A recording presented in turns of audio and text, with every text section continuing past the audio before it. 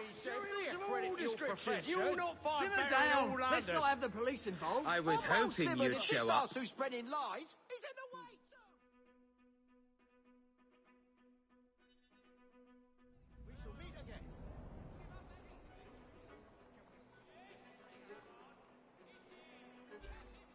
Get in the way of my prize! Faster! Come on! Come on! Yeah! Faster! Look at you! You don't stand a chance! Think you're better than the rest of us? Get away from me! Come on! Come on! Move it! Win this! Yeah! Watch it! Move it! Come on!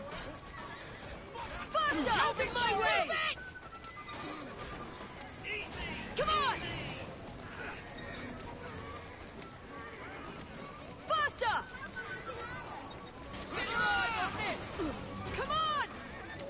Yeah! Move it! You'll be sorry! Come on! Faster! Oh, nice, Shin. Finally found a game to stream. Very cool.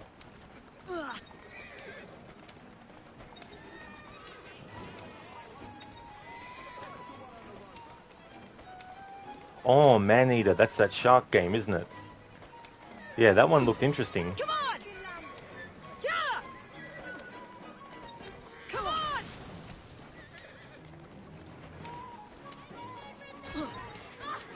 Slow down! I'm warning you! Yeah! Faster! Move it!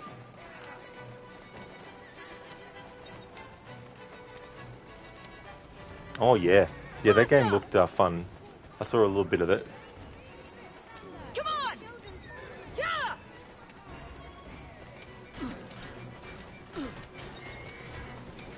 Ah!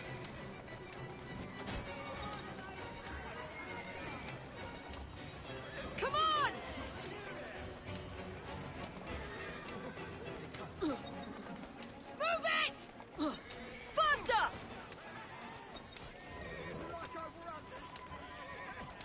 Come on! Yeah! Move it! Come on! Faster! Come on! Move it!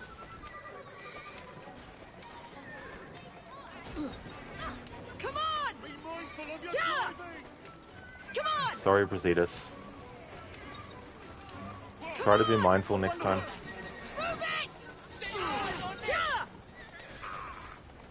Faster! Yeah! You'll be sorry! Come on! Set your eyes on this! Faster! Move it! Move it! Faster! Yeah! Come on! Come on! Congratulations on your victory. Wanted to look around a little. You had that. Never again, I swear. Right. Get to work then. Immediately, sir. Wait for all the blood to drain out. Sometimes it takes a few tries. Shin, no matter how many times you watch people play Syndicate, you still think of the joke title Grand Theft Carriage. I don't blame you though. You can definitely tell that they were inspired by GTA 5. And then with Origins, you can start to see how they were inspired by The Witcher 3. Same with Odyssey. And then Shadows, of course, inspired by Ghost of Tsushima.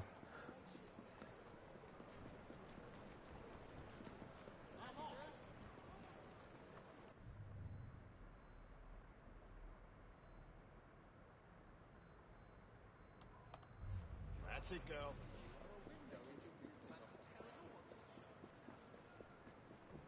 Come on now. Here. Come on, you silly man. Read about it here. Oh, come on. My mother won't be home for hours.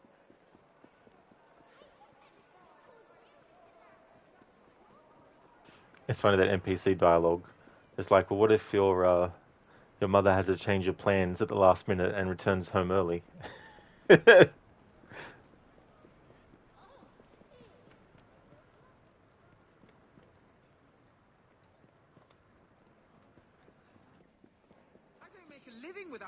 Contestants like you. Ah, yes. They can't get past because the horse is blocking the way, yet there's open space here to walk around.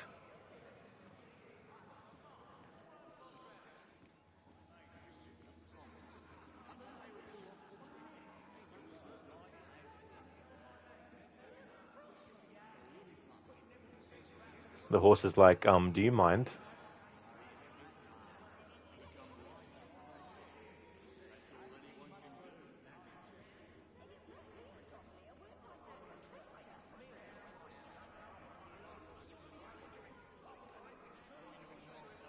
Oh yeah, Bearsuit, the pathing.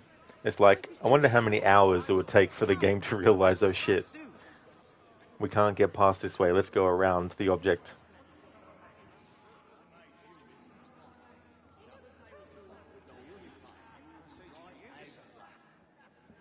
Don't worry, he'll be fine. Brilliant! Make your way to the starting line. I've seen much worse than that. I've seen much worse than that, I'm afraid. Special edition. Health Panic and Lambert. Apothecary shops empty after a series of lootings. Who's a good horse? You are. Yeah! Yeah! Crimes and illness, story, yeah. Yeah! Yeah! Yeah! Yeah! Shin, remind you of the video of the kittens trying to escape a cage even though the cage door is wide open? Oh, really, Shin? Yeah, I don't recall seeing that. Yeah! Yeah! Yeah! Yeah! Yeah! Yeah! Yeah! Yeah!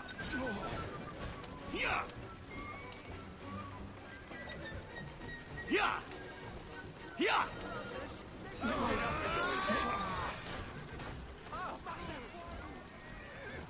Yeah! Yeah!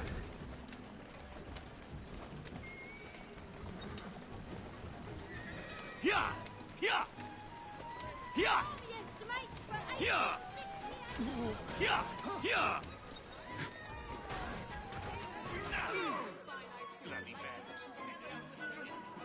Bloody vandals, think they own the street. You'll get no finer bread than what's baked from my flour. Whenever I play this game in the future now, I'm never not going to be able to hear NPC dialogue.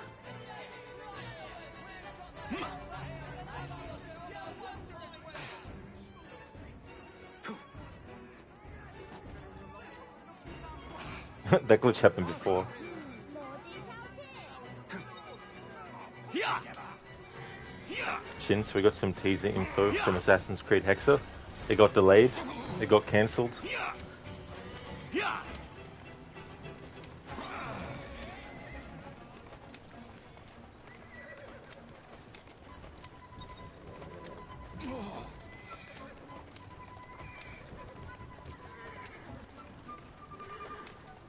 Yeah! Yeah! Yeah! Yeah! Shin, no, we got a location for the game and the main character's motives. Oh, interesting.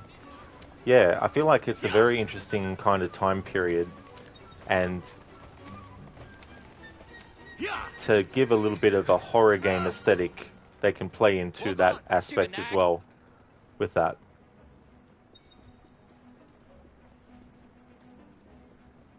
I just hope that they actually make use of the Templars being able to use their religious propaganda to instill fear in the populace about the assassins being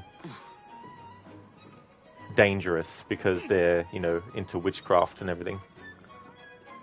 I think it'd be a missed opportunity because that would definitely be something the Templars would do.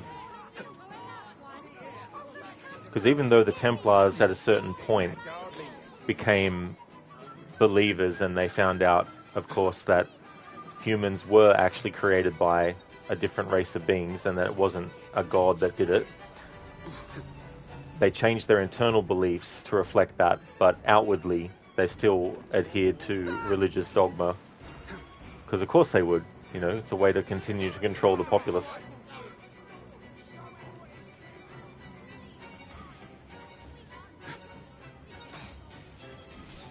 And ties in nicely to Rodrigo Borgia when you fight him in Assassin's Creed 2, where he talks about how, you know, he doesn't actually believe in the scriptures and all that kind of stuff. It's just something to give him access on your victory. to the vault.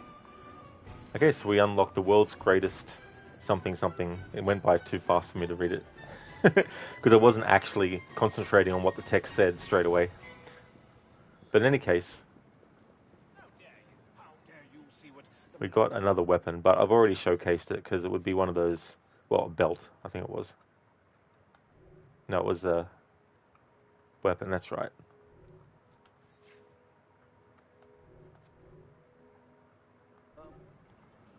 Okay, so that is now the final thing for Robert Topping. So what I wanted to do was do at least one race as Jacob and one as Evie as the final ones for them, for Robert Topping. Okay, so now there's actually a cutscene with Robert Topping that we can initiate. If I can find him.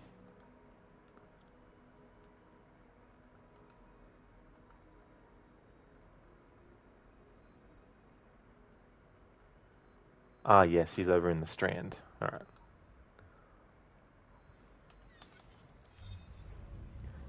Bearsuit, thank you very much for clipping that moment. Constable's trapped by the horse. It's a great clip, that one. Very apt title.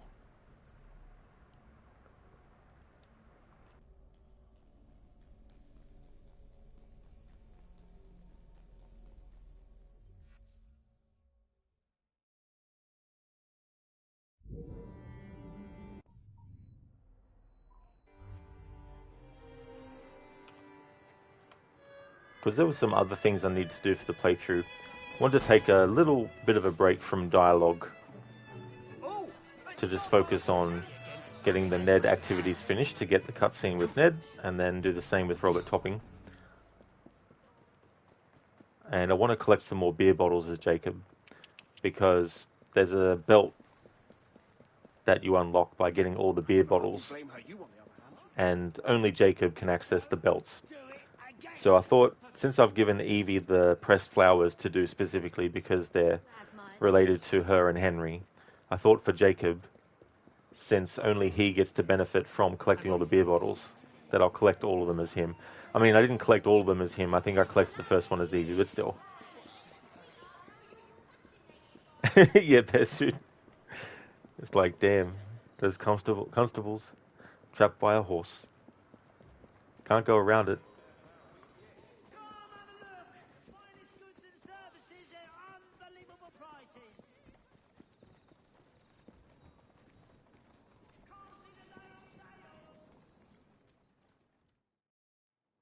Champions of the street, champions in the ring. Is there anything you two can't do? Are you quite sure you don't remember me? That night at the laboratory? No? Oh, well, never mind. I have a little something to commend your remarkable performances.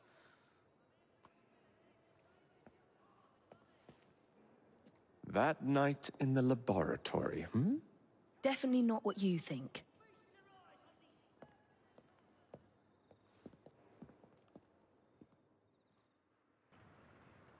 For those who haven't played this game before, when you first actually meet Robert Topping, it's in the memory where you have to play as Evie, and he's basically captured because the Blighters want to know what he knows, because they saw him trying to sneak into the laboratory that they have.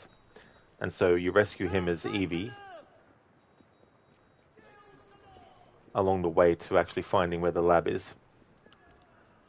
And when Robert Topping is first reintroduced when you get to London, Evie acts as if she doesn't know. Doesn't know him.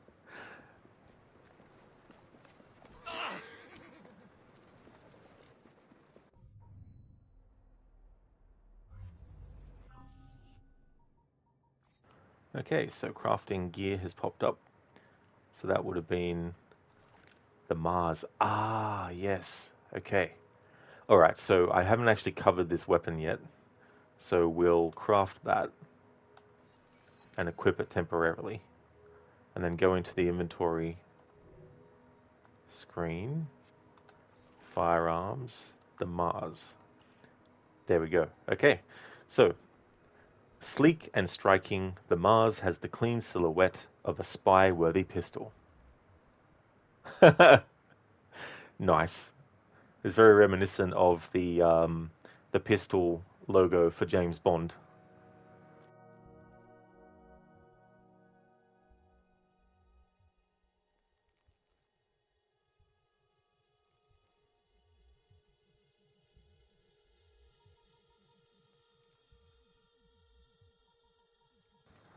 Okay, so this is actually more powerful. Oh no, it's not. It's the same. It's just this one has, yeah. So anyway, that's the Mars one. I'll re-equip this one because this is -3 quick shot accuracy for that. But yeah, that's that which we unlocked in the crafting. Let's see what other goodies we can craft. World's greatest cane sword. Yeah, so we need to craft this. Equip it temporarily.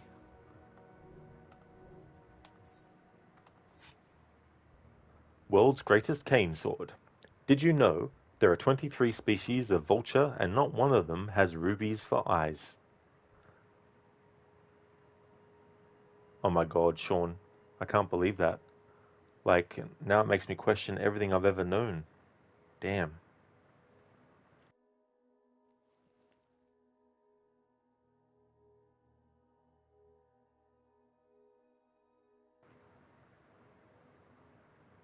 Okay, so that's that, and I'll re-equip Jacob with the kukri.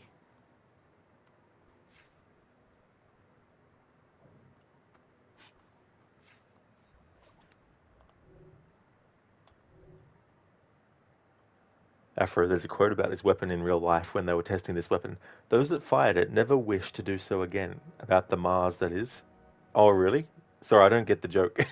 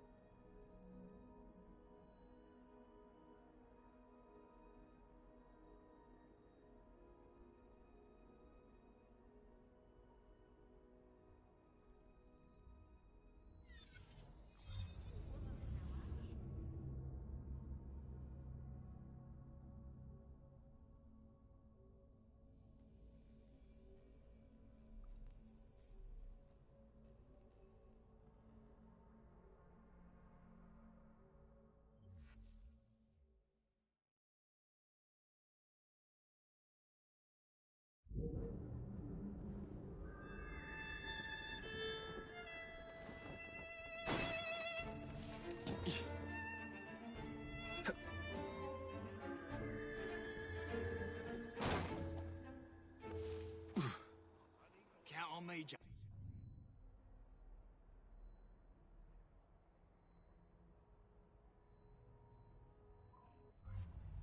Mr. Fry, how's your sister? Still in the running, I hope.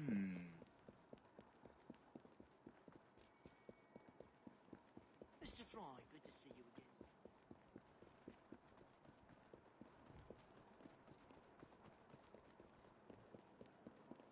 Of course, God rest his soul and all that.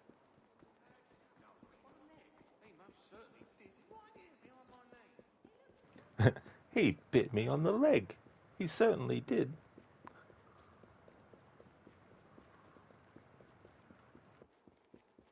Why do you all ignore me? I'm one of you. And toast the toast things. Oh, it's Mr. Clumsy, I see. Oh, it's Mr. Clumsy, I see. That's me.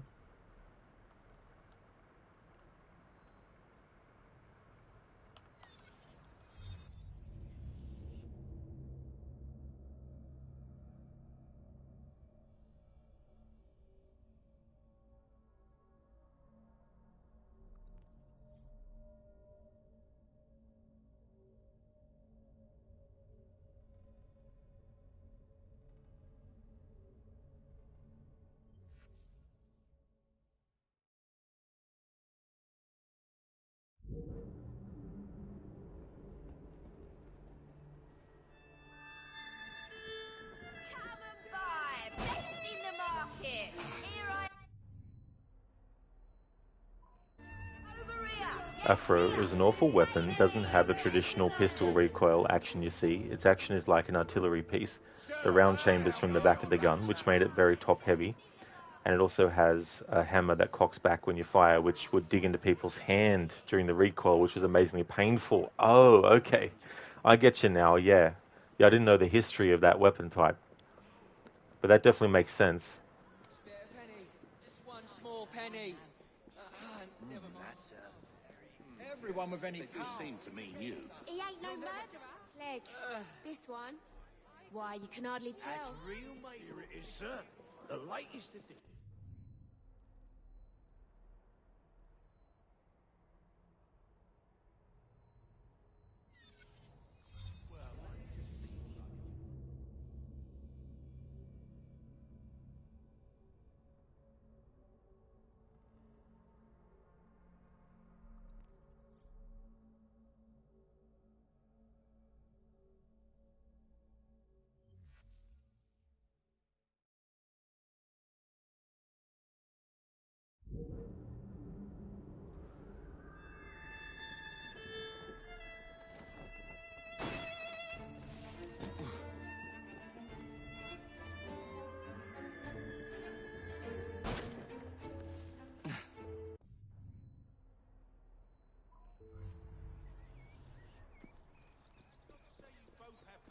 We're proud of You our won't fight better. Come have a look. The finest goods and services at Come and unbelievable buy. prices. Best in the market. No more transport behind the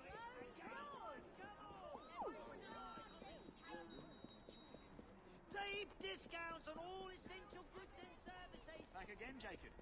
Glad to see you. All right, Danny?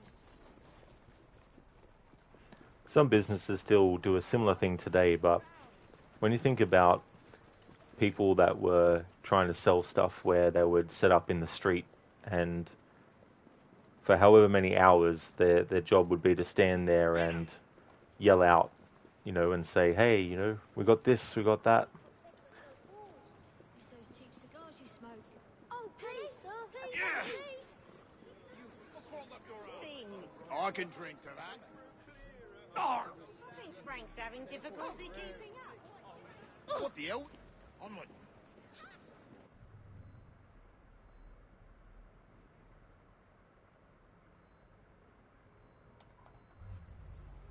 And that's the interesting thing too about certain things. It doesn't matter how long it's been since something first came into existence.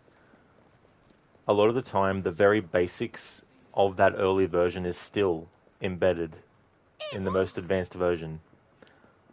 Nice one. And no matter the technology used, when it comes to selling things, it's one of those things where one of the main things that can help is loyalty. And so if you build up great loyalty with customers, then you'll always be their first port of call. You know, like they might even, you know, still buy something from you, even though there might be an alternative that is, you know, cheaper because they've got that, you know, kind of loyalty as well. Mr. Fry, glad you're still with us.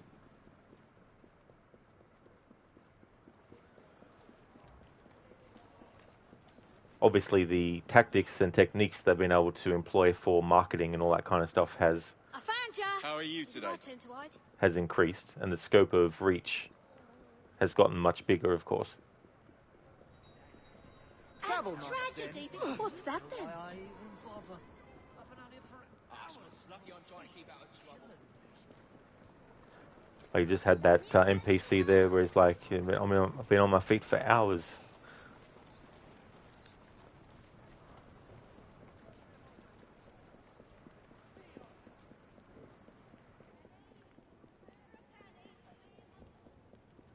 Mr. Fry, good to see you again, sir. And then you look at technology that becomes more advanced. We like to think that because it's more advanced, that means it's less faulty. But that's why I always err on the side of caution. As much as I like to think about the future of certain technologies and how awesome it would be for things like teleportation and all that kind of stuff, at the same time, no matter what the technology is, sooner or later, a glitch happens, a malfunction happens. Get him. And so there still needs to be a certain level of skepticism of technology being 100% reliable.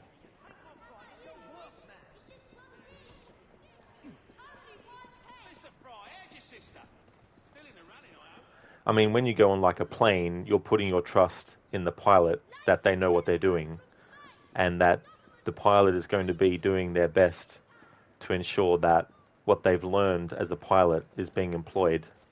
There, girl. But the reality is there are going to be plane crashes. You know, there are going to be malfunctions that happen, unfortunately.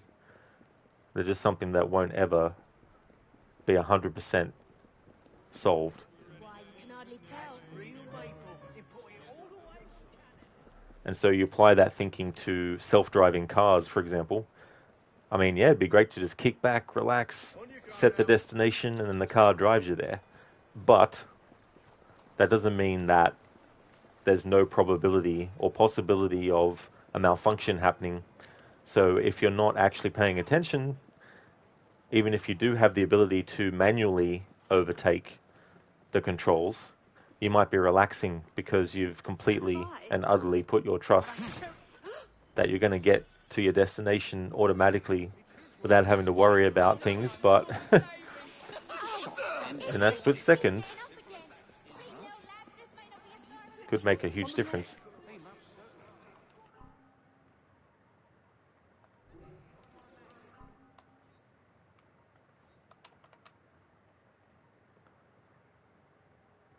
Alright, so we'll go to Whitechapel next for the beer bottles there.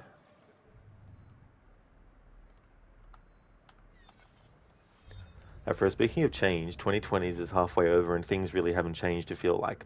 You know how decades used to have distinct style for their time? You just don't feel like we have that anymore. Yeah, I mean, you look at previous decades where the early start of it, they were still finding their own identity and style. They still incorporated things from the previous decade. And then usually it's not until the middle of the new decade where it starts to really set itself apart from the previous decade. And then the cycle keeps on going as well. But I think too, like one of the reasons might be because nowadays the speed at which information is created, made available and consumed is so fast now that those things just seem like, you know, they haven't really changed much as well. I mean, we may start to see drastic changes though when we get to like, you know, next year and 2028, perhaps, but you're right though, there's definitely distinctive styles with different decades as well. And sometimes you get elements from a few decades before that start to come back into the new decade, maybe not fully, but they can get to a point where there's a bit of nostalgia for it.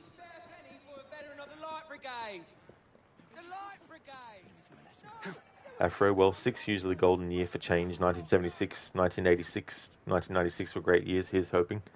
Yeah, you know, and like, it may not be a strict thing where it's like 5 years into a new decade is when things will settle into their own identity of that particular decade. I mean, I guess you could look at things like AI, for example, where the speed and rate at which that is actually becoming better and better. It's quicker and quicker to get better and better. You know what I mean? And so that might be one thing to make this decade distinct from, you know, the 2010s.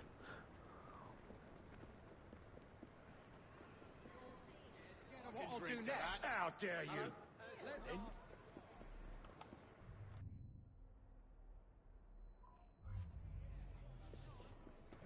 Actually, it makes me think too, like, with games like Red Dead Redemption 1, for example, which is set in 1911, and then the epilogue where you play as Jack is set in 1914. And when you look at the game, obviously they didn't want to have to entirely redo the game world to reflect that it was 1914 instead of 1911. The rate at which, like the amount of cars, for example, that are in the universe of Red Dead Redemption 1 at least, they're not way more prominent, you know what I mean? Like, they didn't go to the trouble of making vehicles be on the roads, you know, in more prominent ways. But to the point of how you have a decade, a fresh decade still has elements of the previous one, so it takes a while for it to forge its own identity. I feel like you can still do a game where we play as Jack Marston that's set after Red Dead Redemption 1, because it's not going to change overnight to make everything from the technology to the way buildings look and the fashions. It's not going to instantly change into, you know, like what we would perceive as too modern, or what we would say is going beyond the Wild West setting. You know, so I reckon they could still swing it. The trick is, how do you come up with a narrative that's satisfying, and how do you deal with the honor system? For now, at least, both games, Red Dead Redemption 1 and 2, have had the honor system. And the idea is that while there are set things that they want the character to do and experience, having the honor system allows you to be able to make certain choices that have some kind of difference. Not enough to completely rewrite the entirety of the story or anything, but just enough to feel like what you've been doing has really been noticed by the game.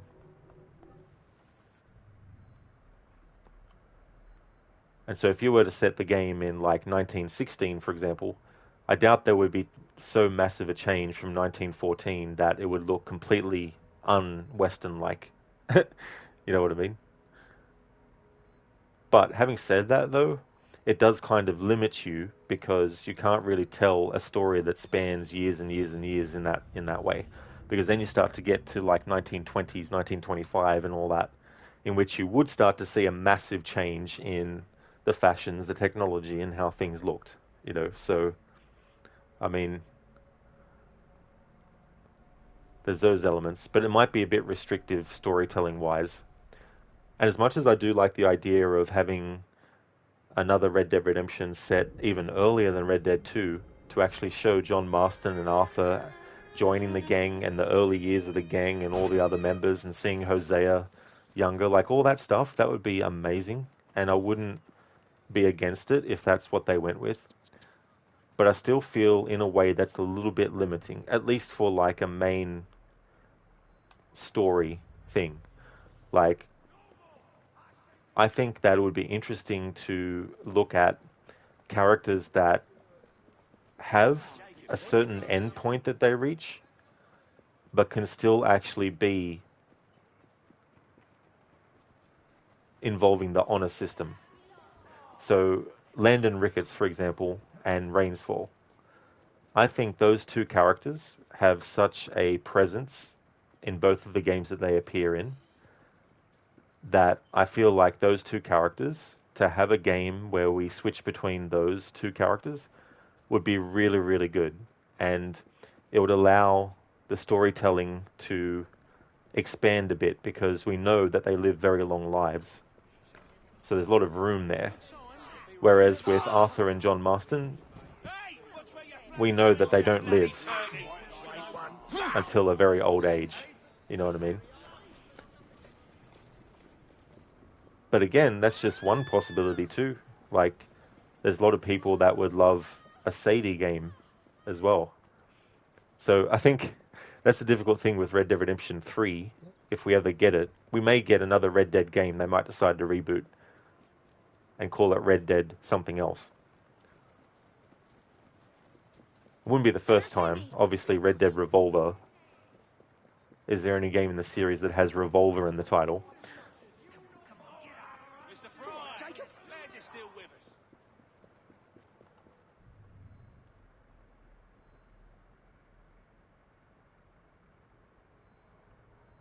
Where's this other beer bottle? Over this way. Afro, West was still pretty wild till the end of the 20s, really, from what you've seen movies and other series. Jack could become a lawman, and then you bring him out of retirement to kill Bonnie and Clyde, much like Kevin Costner. Yeah, that's the other thing too. Like, you could it doesn't even strictly have to be. They're behind you. Am I gonna have to teach you some manners? Doesn't have to be set in the same region or whatnot, and you can definitely switch gears and have it be like more of a spin-off in a way, where it's like, let's look at other time periods that would fit, you know, the character of Jack, for example. That's very tricky though, because then the fans who really like the Wild West setting might feel like that's being ignored. And in terms of like Jack, I feel like if you were to go with a route that the follow-up is after Red Dead Redemption, I feel like having the opening sequence be Jack Marston going to World War I, but like his father before him, as we see at the start of Red Dead Redemption 1, it doesn't quite go as planned, and like his father ended up getting shot when he went to capture Bill Williamson, Jack gets shot during World War One, and he then gets shipped back home, you know. So you can give a little bit of a taste of a different kind of feel while not making the whole game that. Then it's just a question of, okay, what would the story be after that point then?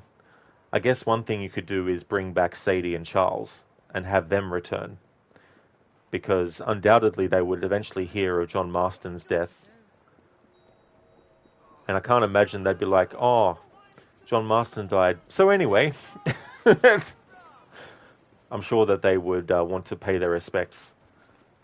And that's when you have Jack and Sadie and Charles being reunited, you know.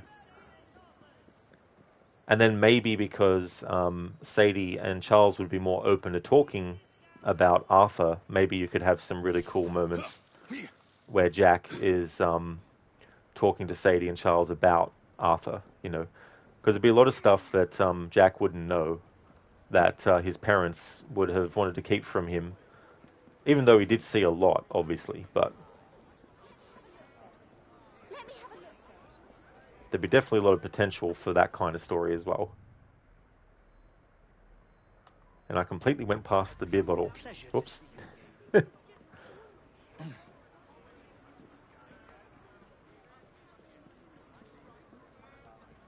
What on earth is going on over there?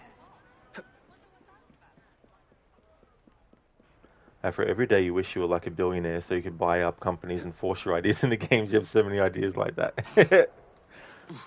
It's like, right, this is now the mandate. He looks suspect, to say the least. Cheers. So very clean.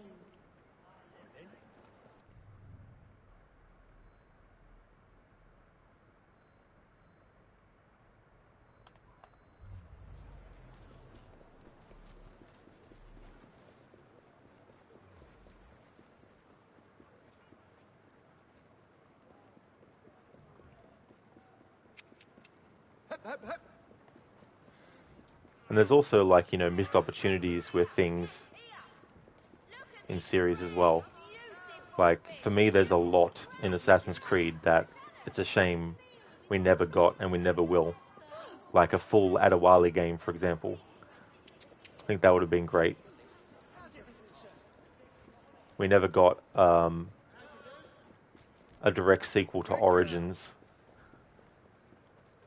with Armanet and Bayek.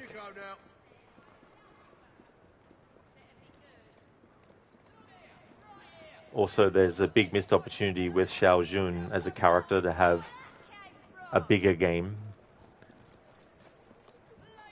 Because there's a lot of years between the end of Assassin's Creed Chronicles China and the epilogue, where she's much older. Like, I think 20 or so years or more might have passed. Then, of course, you got characters like Connor, who kind of got a bit of a unfortunate kind of, like, I guess, glossing over in a way.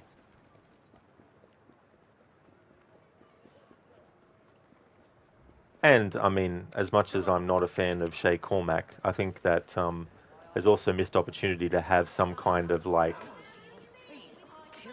And this is where it feels to me a bit, like, weak, though, is, like, we know that he won't get killed by Arno. So there's no... There's no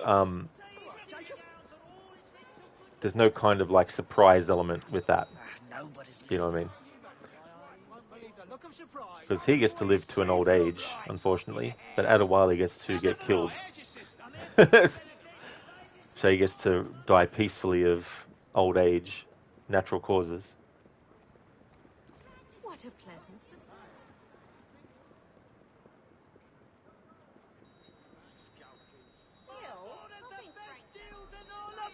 There we go, we got the beer collector's belt.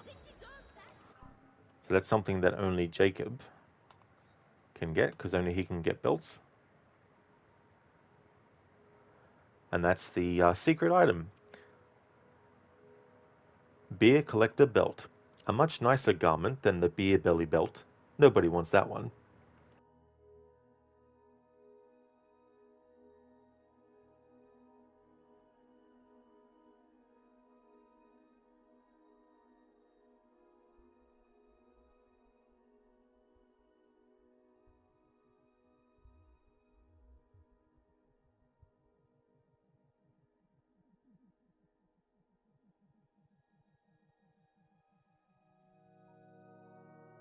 This item must be crafted.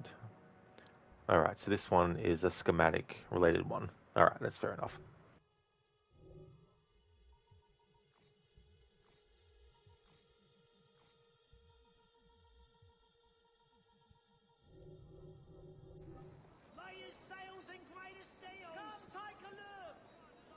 Afro, oh, you'll be remaking AC3 in Unity if you get the chance. Yeah, Afro, Shay gets to have, you know, a family that's healthy as well.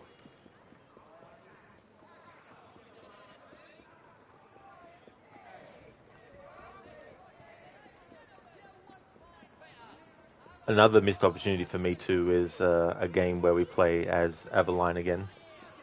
A bigger scale one.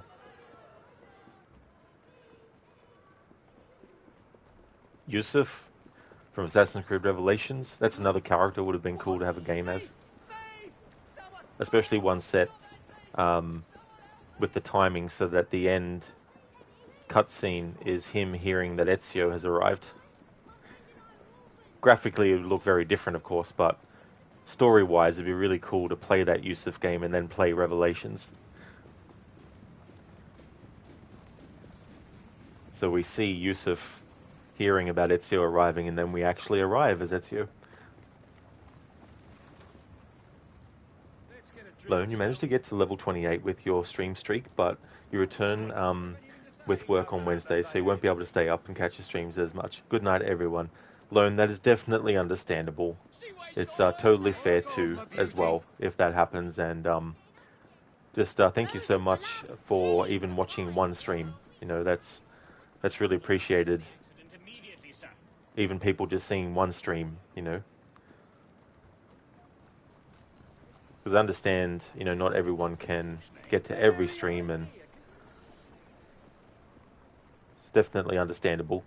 I really hope you get some good sleep. Would like to definitely recommend people check out Lone Star if you haven't checked out Lone's channel before. Yeah. Doing Final Fantasy VII Rebirth.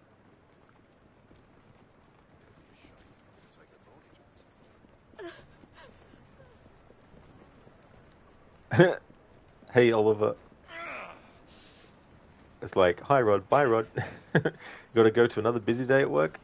Well, really hope it's going to go well. Oliver, thank you so much for stopping in, especially before going to work too, as well. I hope that you've been having a good morning. Lone, trying to get to as many people as you can every night. Exactly, Lone, you know. And it makes me think of when, like, I want to catch someone's streams, and, like, sometimes with time zone differences, it's hard to, you know, catch the live stream as well.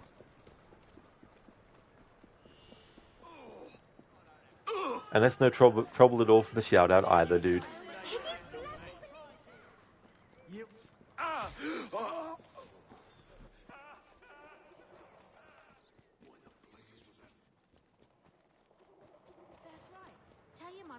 If we have a look at the other associates that are left that we need to raise the loyalty for, we have Henry Green, Clara O'Day, and Frederick Aberline. And the way that you increase their loyalty level is by doing the activities within boroughs to liberate them. However, these two boroughs in particular, the Strand and Westminster, what I want to do at the very least is hold off as long as I can before doing those, because I've got a feeling that there's going to be a major shift when the story gets to these locations in what dialogue we'll be hearing from people on the Train Hideout.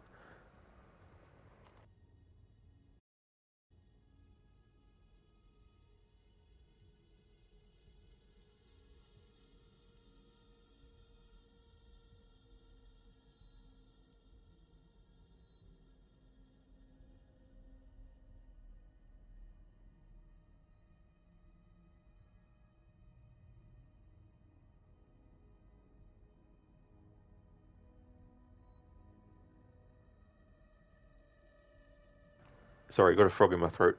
Had to mute myself for a moment. I have a feeling that there'll be different dialogue on the Train Hideout as well as with NPCs, especially the newspaper sellers as well. And so I don't want to rush too far into these two boroughs as well. And besides, it'll be good to take a break from that, because in general, it's my least favorite part to do of a playthrough of this game is to liberate every borough. But with this playthrough being so dialogue heavy, there's certain stages that I need to make sure I'm not going beyond. So for now, we'll not do any activities in Westminster or the Strand.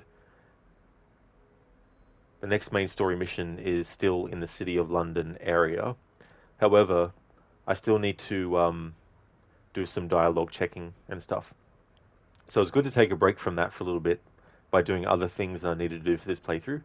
But now that we've done that, let's actually have more investigations of dialogue on the Train Hideout.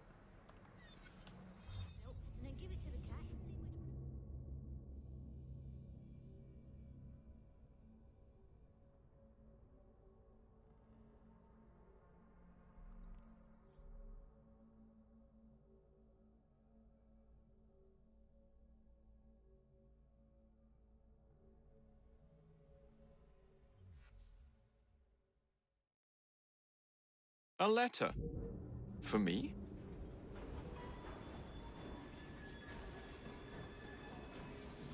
Hello there, Lench Mob. How's things been? Afro, you know what you would have done about how Templars and Assassins would have fought in the modern day. Rather than fighting face to face, you would have had them fight through proxies, like during the Napoleonic Wars. have assassins backing the French with a pinch of salt. They don't fully trust Napoleon, allied with the Spanish country and brotherhood, fighting the British backed by Templars. That's the other thing too, as well. Like, that's the very tricky thing when you are coming up with the ins and outs of, okay, so if you're going to choose a certain time period, which elements or groups in that time period would best fit the assassins versus the Templars as well.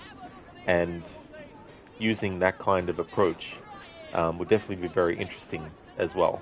And I think with the modern day, this won't go for everyone who doesn't like modern day, but I'm sure there's some people who don't like modern day because it seems boring and it seems uninteresting and it doesn't seem like you do much except walk around, which is understandable because the majority of games in the series, the present day, is you just walking around.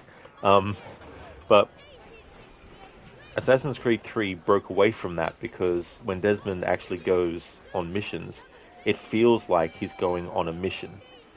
It doesn't feel like an interlude between the Ezio stuff or the Connor stuff in that game's case. It feels like you're actually getting to be proactive as an assassin in present day.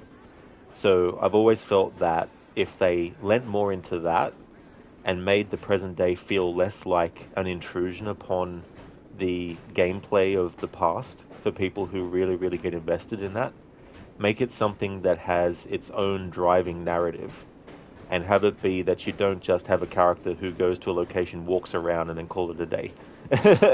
Actually take what they did in Assassin's Creed 3 with Desmond's present-day sections in that, and actually expand it into fully fledged actual missions where you have objectives that you need to follow, an approach that you can take. You know, you can take the stealthy approach, which is recommended, but if you want the challenge, you can take on enemies guns blazing. So I feel like making the present day more exciting through gameplay may actually help some people who find those segments boring to actually find some interest in them. Having said that, though, that doesn't mean that even people who are bored will like that kind of stuff. I definitely understand the desire to not have any present day story at all, and all that kind of stuff.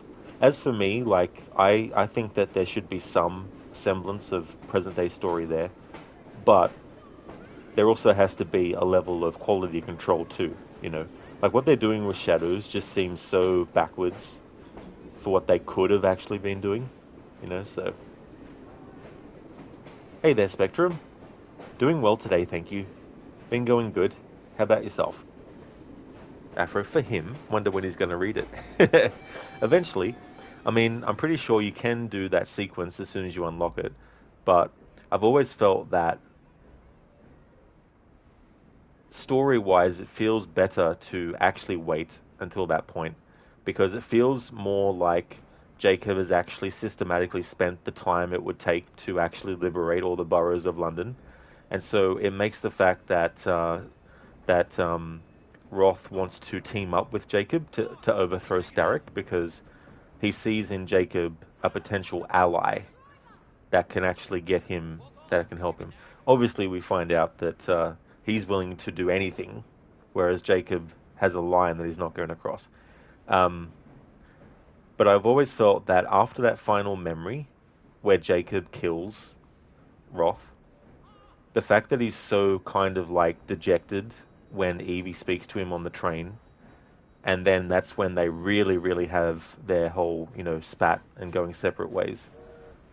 It just feels more natural that Jacob would have gone through something like he does in Sequence 8. It just feels like it matches better with how he reacts and how he's like nonchalant. He's like, you know, it's almost like he's kind of gone, I know what the best way to say it is. It's like he's become introspective a bit and more reflective, and he's kind of exhausted, and so he's not really in the mood to worry about, you know, Starrick and all that just yet as well. Spectrum doing well, accomplished a lot today. That's really good. It's a great feeling when that happens too, as well.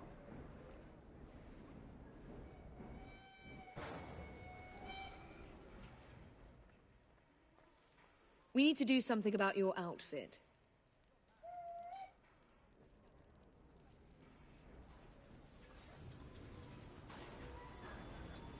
I'm told Dr. Elliotson came to a bad end. I do hope you cleaned up after yourself.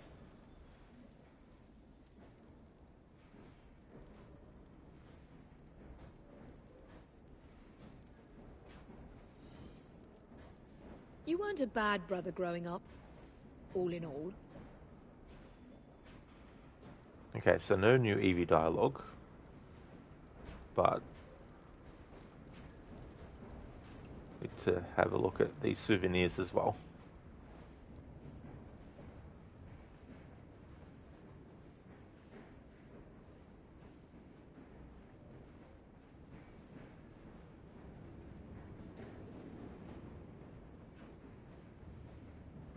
It's a shame there hasn't been any dialogue from Agnes on the Train Hideout, except when it comes to the Train Hideout missions where she's the quest giver.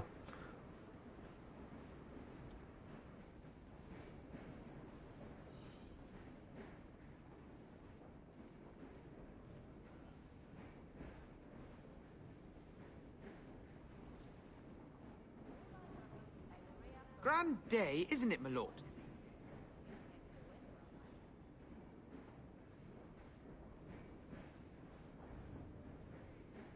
I miss my days at the fair. Donkey rides, hijinks, and tomfoolery.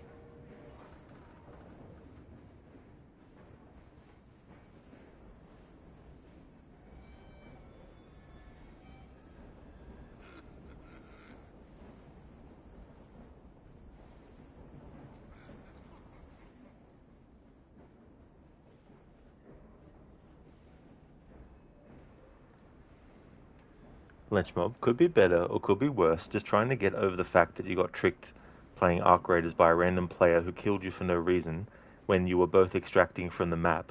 Good thing you didn't really have anything worth a lot of value because all you were trying to do was complete a quest and leave, but good thing you completed it before he killed you because it gave you the rewards for completing the quest. That really sounds like a very, very underhanded tactic that they were using against you.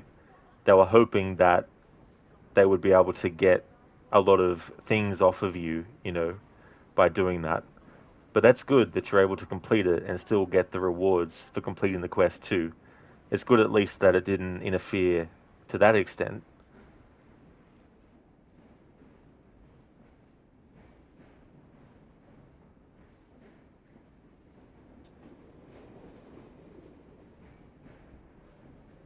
How's the old afternoon, Governor? We haven't tuppence in the coffers.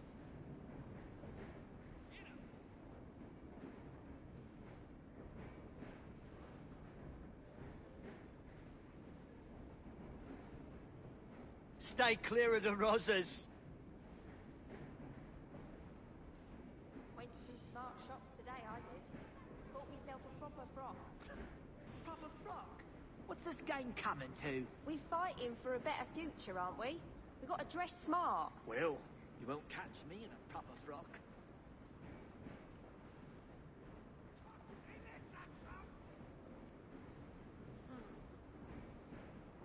Okay, so that dialogue from the Rooks is the same as what we've gotten before.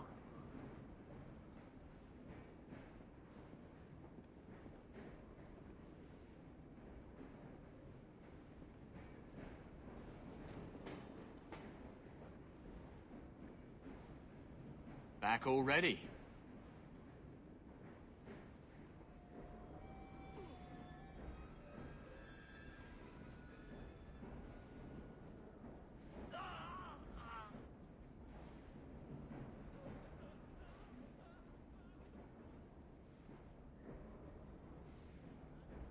Wealthy bloke like you can afford nice things, can't he?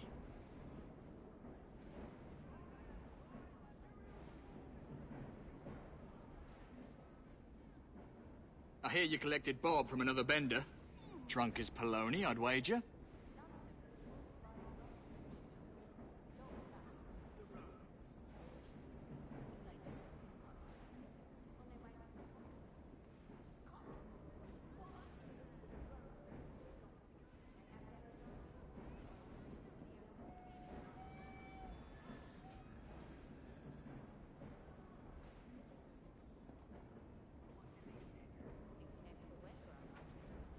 What's to be done?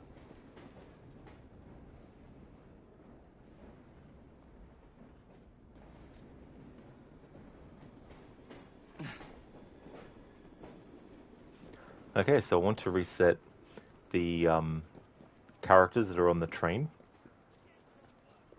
So I need to stay away from the train for a little bit and then go back there. I'll go back there as Evie this time.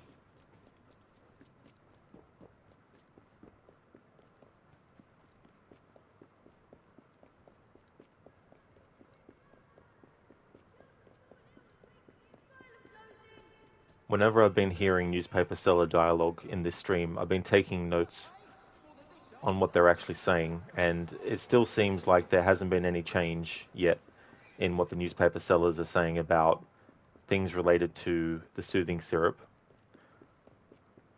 Like, they're talking about the after effects of that whole business, but it hasn't changed to a point yet where they're talking all about the positive changes that have come about.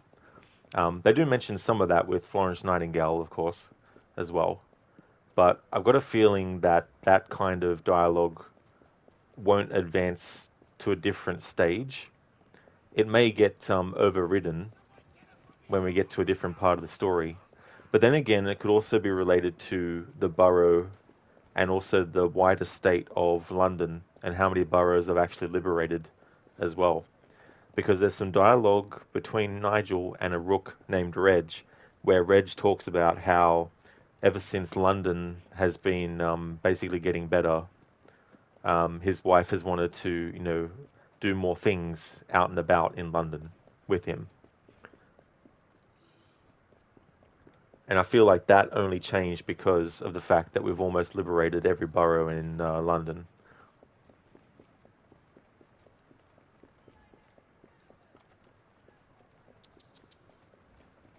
And a lot of that whole thing with the Milner and Attaway transportation system, that's mainly tied to everything related in the City of London borough, which is where the main story, at least for Jacob, well, yeah, for Evie too, has been happening as well.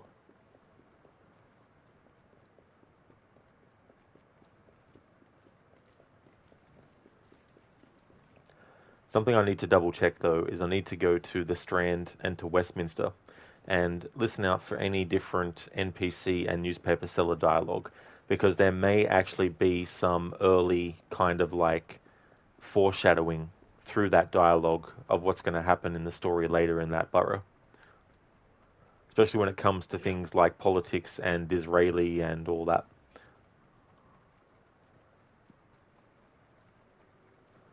Plus, that's more like a rich kind of area in the game.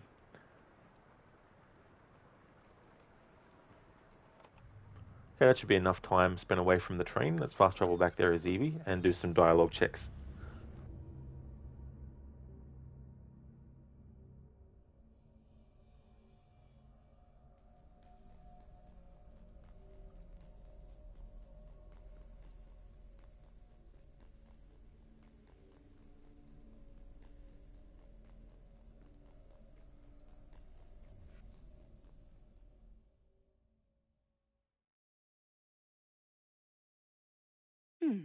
Seems a letter has come for Jacob.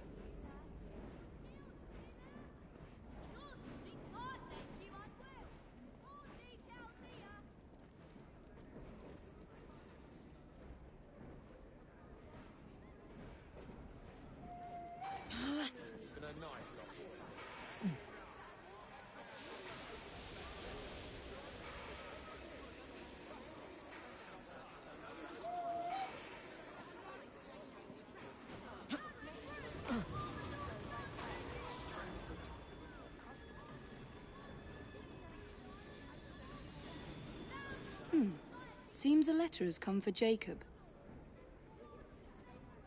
Someone broke a window at St. Paul's? That just doesn't sound like you.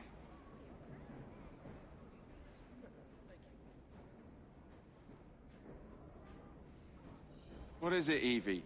Have I forgotten your birthday?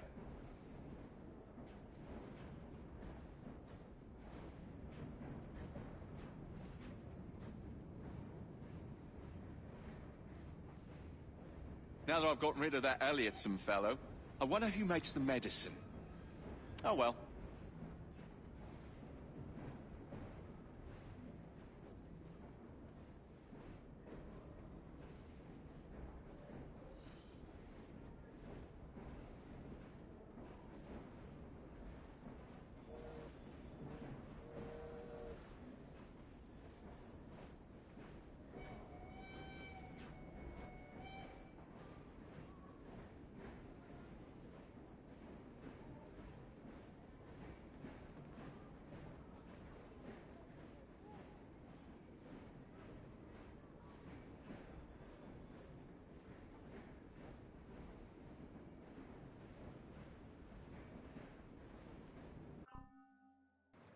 Be right back.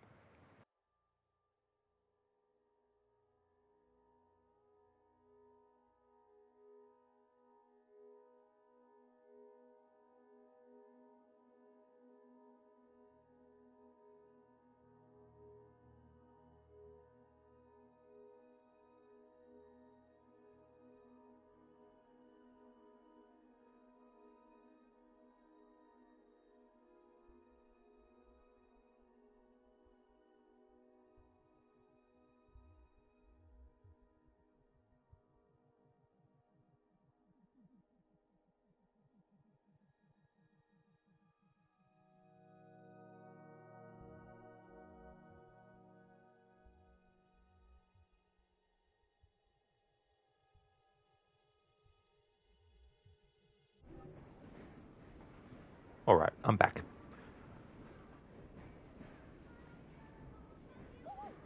Miss Fry, a pleasure to see you.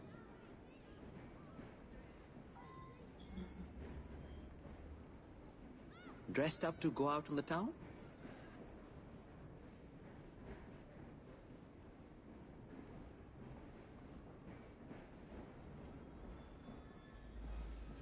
I found a very interesting book. It chronicles Elgin's archaeological finds. I did like you said and went to the theatre last night. The Follies? No. The Adelphi. A real play. Saw Mr. Henry Irving himself. What play was it? Can't recall. Well, it was very interesting. Blokes in togas all very angry with each other. Coriolanus? I beg your pardon?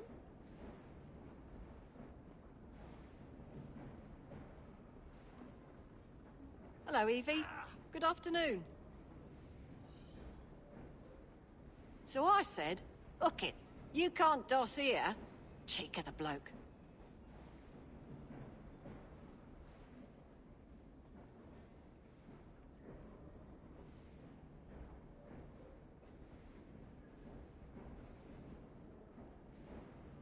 Evie, you look a bit peaked.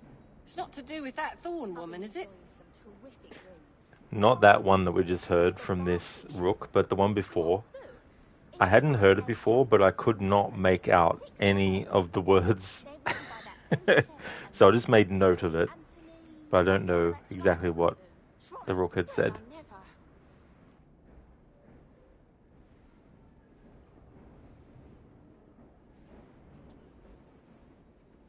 Will this day never end? Thank you, Lynchmob, for redeeming an Arnie movie scene impression. Thank you.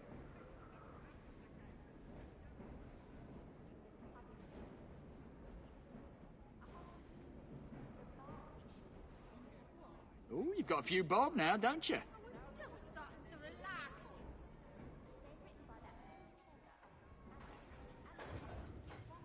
Not worth a brass farthing, it ain't.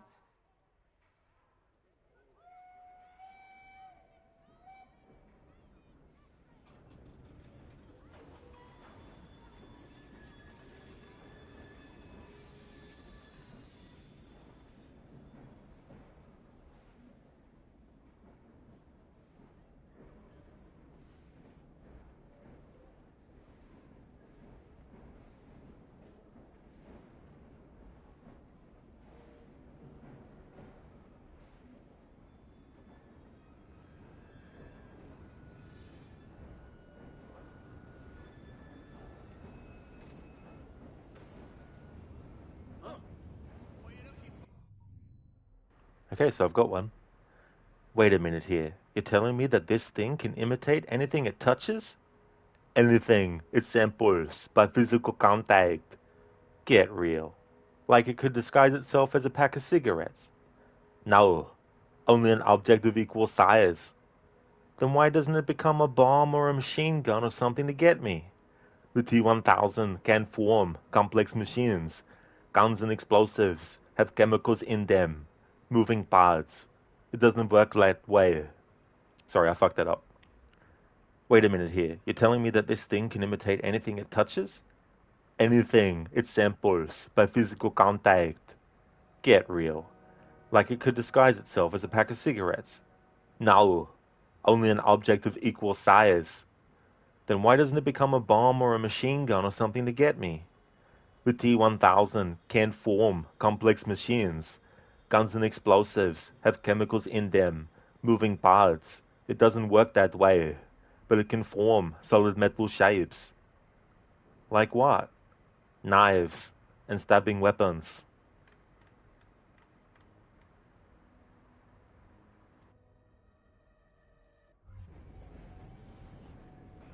Thanks for redeeming that, Lynch Mob. That's of course from Terminator 2.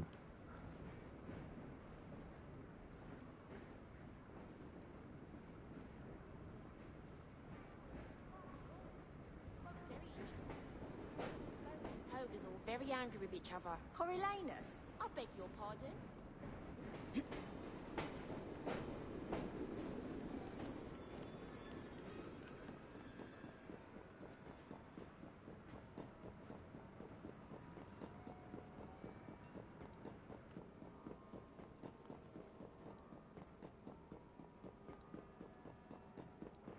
Code, also known as the T-1000, cannot invent a wheel.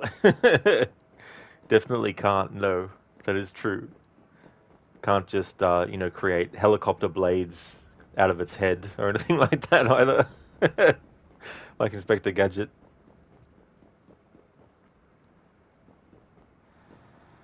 Nice Rob, Uzi 9mm Part 2.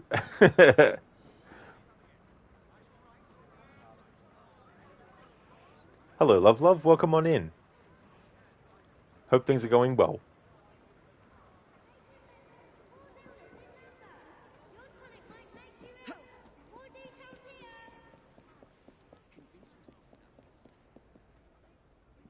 Medicine returns to Lambeth.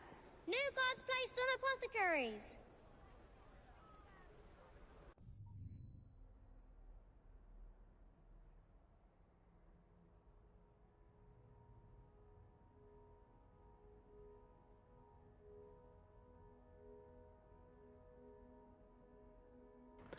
I actually think that's new dialogue from a newspaper seller.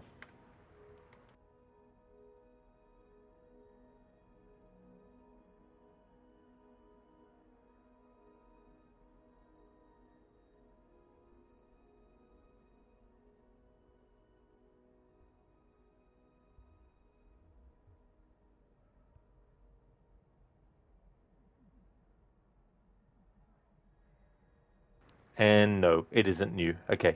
I just read my transcriptions that I've been doing, and no. Just thought it was. It sounded different. Special edition! Health panic in Lambeth! Apothecary shops empty after a series of lootings. Crime and illness. Story here.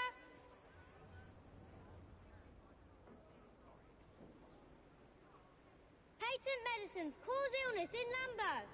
Your tonic might make you ill. More details here.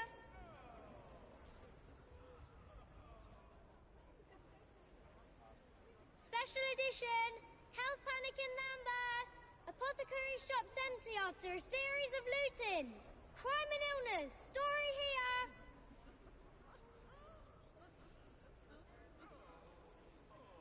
Strange fever grips Lambeth. Children fall ill in wake of the asylum closing. Read about it here.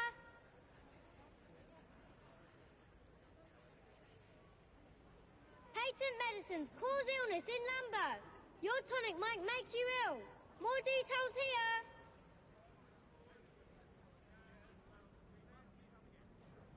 Special edition. Health panic in Lambeth. Apothecary shop's empty after a series of loot-ins. Crime and illness. Story here.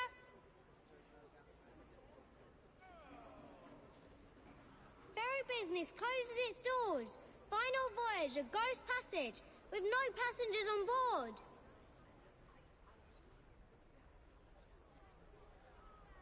Strange fever grips Lambeth. Children fall ill in wake of the asylum closing. Read about it here.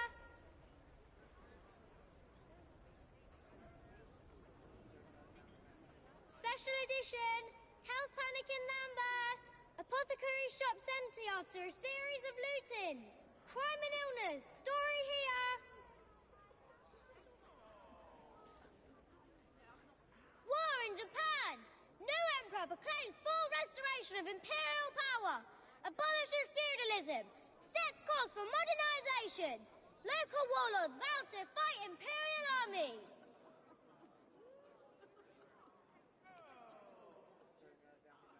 Patent medicines cause illness in Lambeth. Your tonic might make you ill. More details here.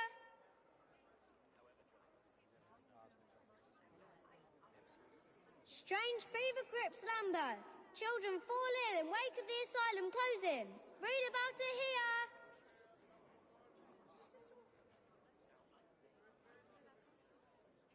Special edition. Health panic in Lambeth. Apothecary shop's empty after a series of loot-ins. Crime and illness. Story here.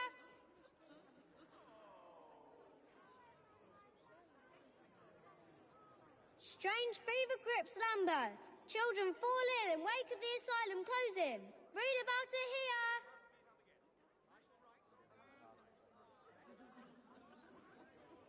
Patent medicines cause illness in Lambeth. Your tonic might make you ill. More details here. Okay, so which borough is this? That's Southwark. Alright. Okay, let's go to Lambeth. It's been a while since I actually checked the asylum grounds to see if there's any difference in dialogue from NPCs in that area.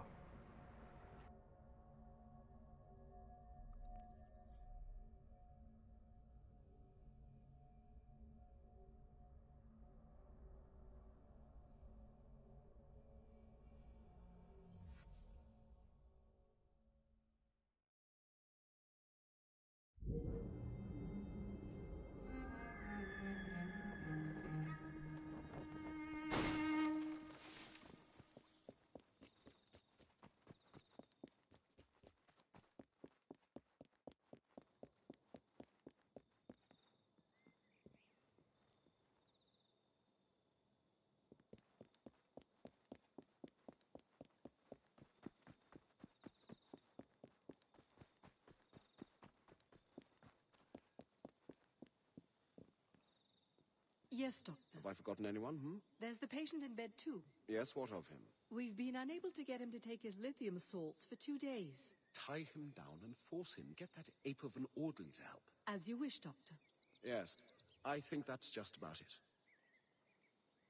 Let's see now. All these patients, they also need to be moved. Where can we put them? I believe there is room in the East Ward. Excellent. I trust you will oversee the transfer? One last thing. Inform the other nurses that the morgue is strictly off limits from now on. Apparently, someone's been stealing body parts. How ghastly, Doctor. Who would do such a thing? I don't know, and I'm not willing to speculate. Still, keep your eyes open. There's a lot of cranks around here. Nurse, I'd like to... I just realized that that's a potential reference to how Dr. Frankenstein was getting body parts to create the monster.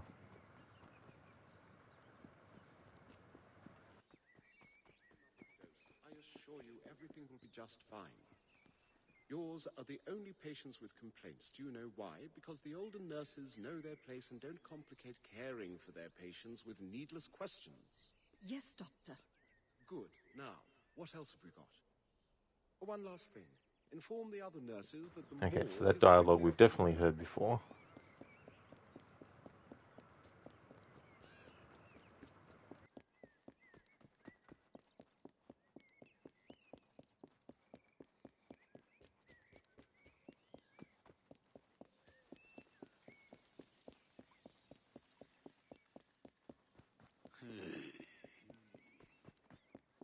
They just say gibberish. Right. We need to organize this place. I want you to move the cholera patients over there. Yes, miss. Influenza patients. Yeah, so that dialogue's all the same as before. Same with this guy's. I'll do my best. I see you. You want to lose some Good. teeth? Yeah, I'm talking to you. Now, let's have a look at you. I'm making lemonade. That's the former right there. He's the one that started. I'm making lemonade. Yes, that should do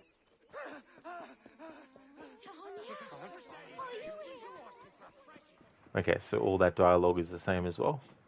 That's what we've heard before.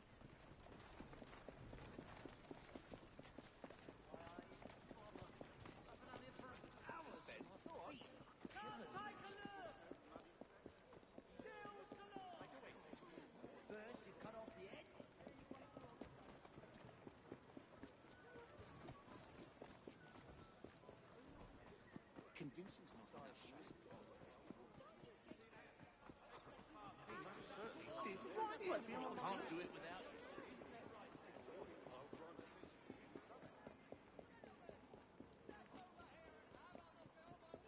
Evie, Miss Fry. Nice to see you again. He said that he felt like he was Atlas. I think it was... On you go now.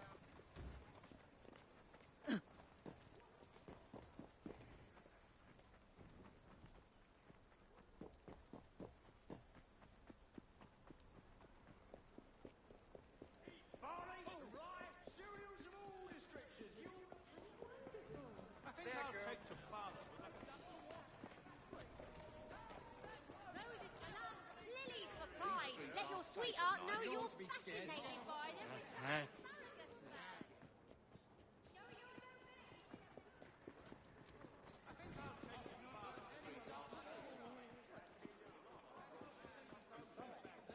That's enough.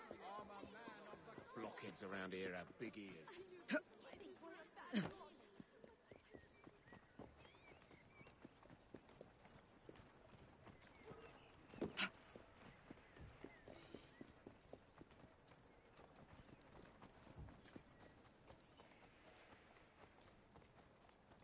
Come on, bloody Pegasus.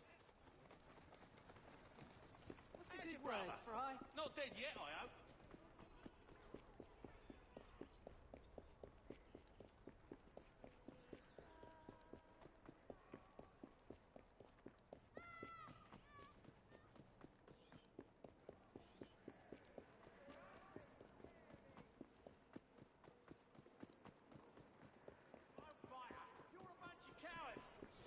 Kiss my ass. What's she hiding See that from? miserable bastard? I see you. It's funny that dialogue about what's she hiding from actually triggered, even though we don't have Evie in sneak mode like this. Hey there, Sheila. I'm doing well, thank you, dude. I got the loyalty level for Ned and Robert Topping to full, and so visited them afterwards and got their final cutscenes. Got all the beer bottles collected to unlock the secret item, level 10 item for Jacob's belt. So making good progress. Thought I'd focus a bit more on the collectibles I wanted to get before jumping back into dialogue reconnaissance again. How's things going with you, dude? And I hope you had a great rest of your stream. of The Witcher 3. Oh, thank you for the congrats, Sheila. It was good to get those done, because the main story mission I did as Jacob last was the one where Ned appears for the final time. We'll still get Ned appearing on the train randomly, but as far as actual narrative stuff is concerned, there's no more Ned stuff. Same with Robert Topping.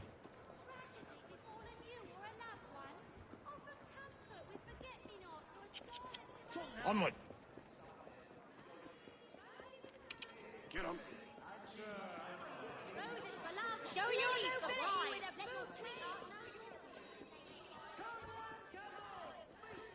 Come on now, girl.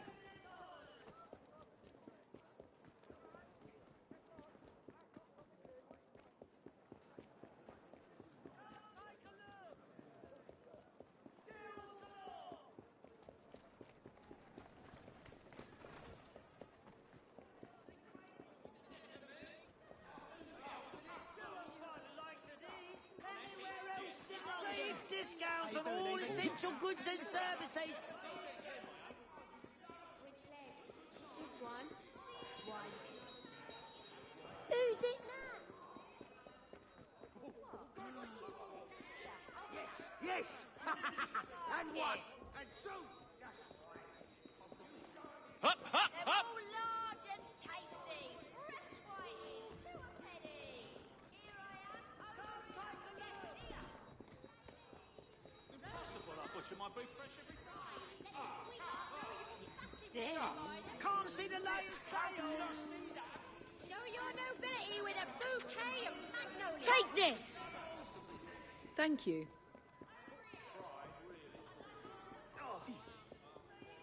Right there, miss.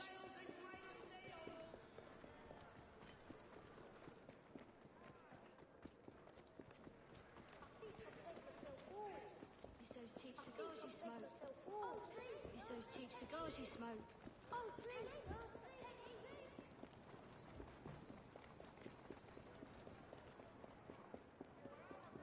Good day, dear Miss Fry. It's not a death for the canary. Thanks, my dear, but I believe it's they were delivered just as they Get on with it.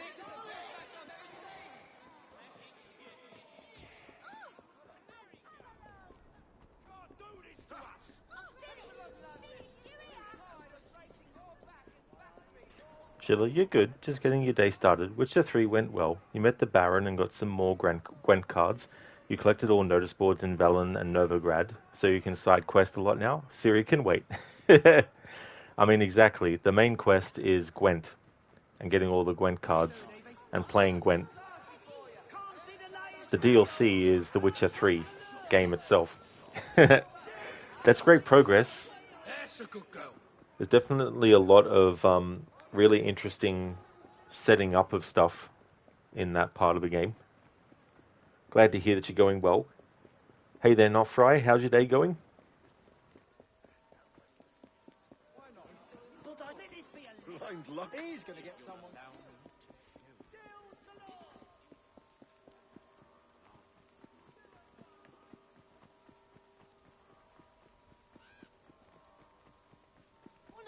I wanna see! Head off me, missus. Oh, very nice, Not Fry. Your day wasn't too shabby. Excellent. That's really good.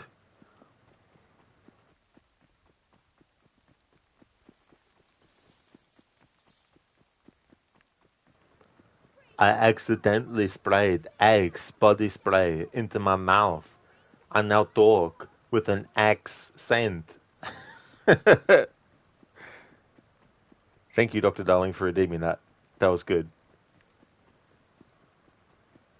Could not have axed for a better redeem with that pun.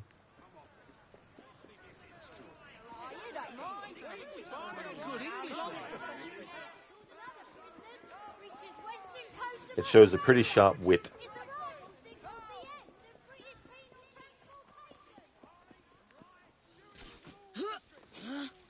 Thanks for redeeming the leap of fail. Would you like it to be Evie or Jacob? You're redeeming stuff before work since you overslept and can't watch. That is totally fair, for sure. That's definitely understandable. I hope you ended up getting some good rest, even if you did oversleep.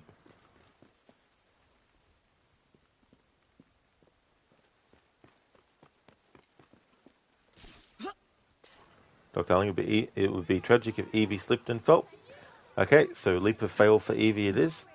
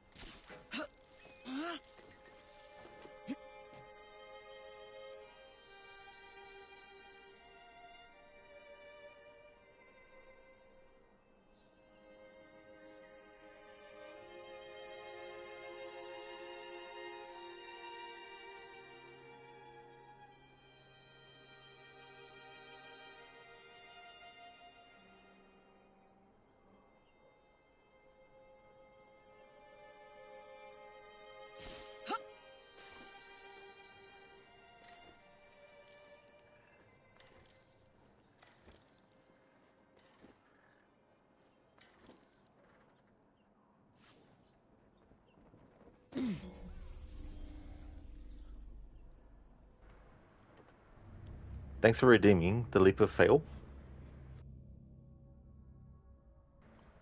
I once met a salad lawyer.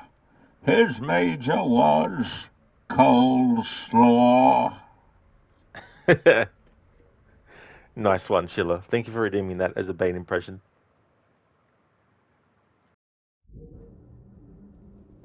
That's something I haven't had for a while, is coleslaw.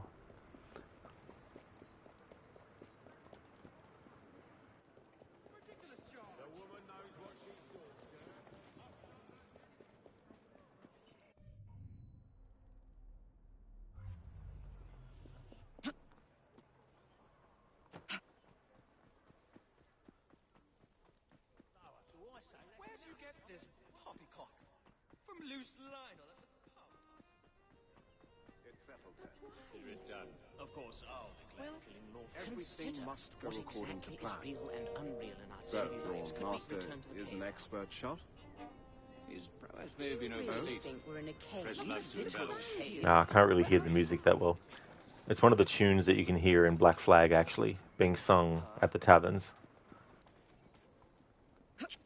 Trot now.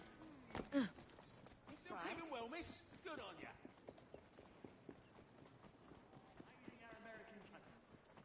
Oh, it's not harmless before I Bastards! Rich, greedy bastards!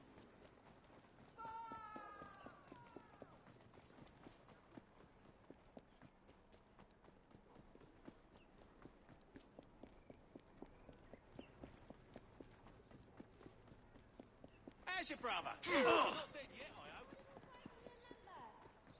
Nightingale accomplishes the impossible. Details here.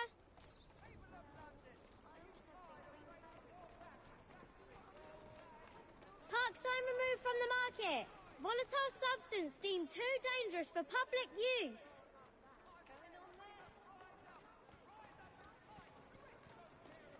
Patent medicines cause illness in Lambeth. Your tonic might make you ill. More details here.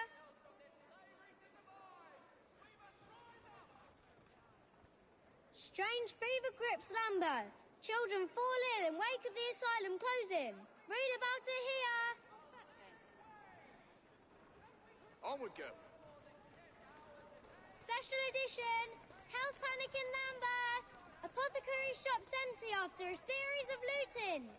Crime and illness. Story here.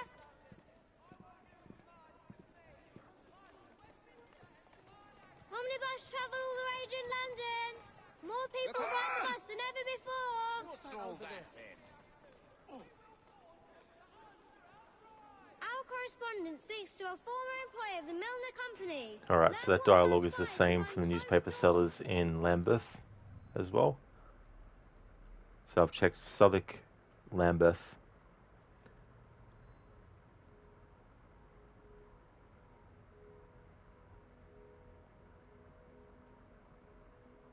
Let's just double check the City of London now. That's it.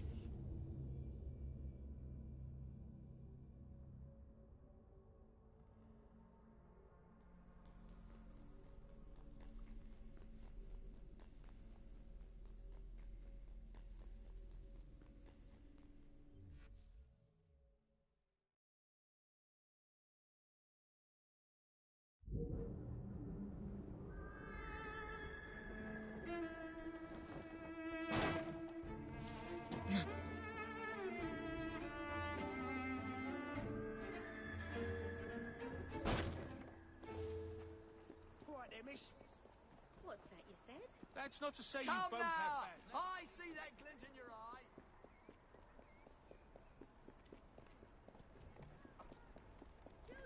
Don't let the side down. What's she up to? Can't see the latest sales. Special edition. Help Panic in Lambeth. Apothecary shops empty after a series of looters. Private illness. Story here. Deep discounts on Baron all Broom, essential former goods Lord and Chancellor, services. dead, aged 89. Ardent supporter of Queen Caroline in her divorce suit. Founder of the Society for the Diffusion of Useful Knowledge. And staunch defender of the liberty of slaves and other servants.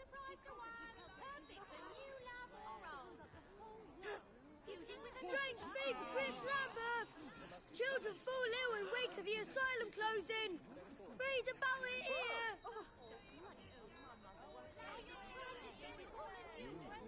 Patent medicines cause illness in Lambeth. Your tonic might make you unwell. More details here. Okay, so there is a variation difference in that little bit of dialogue there about Dr. Ellison. I was definitely wondering because there's like a variation. So there's a variation where they'll say your tonic might make you ill. And then there's one about how your tonic causes illness. I had a feeling because I was like, hang on, did I just miss transcribe?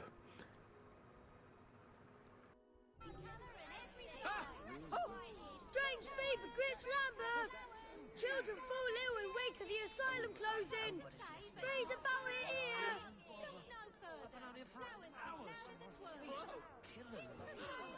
Ferry business closes its doors. Final voyage, a ghost passage with no passengers on board.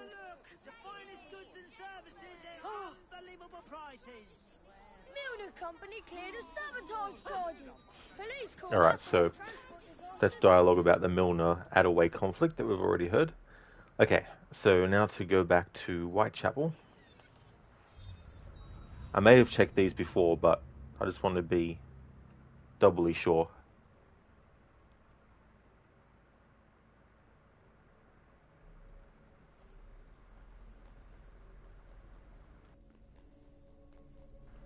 Because I do want to investigate the boroughs of Westminster and the Strand.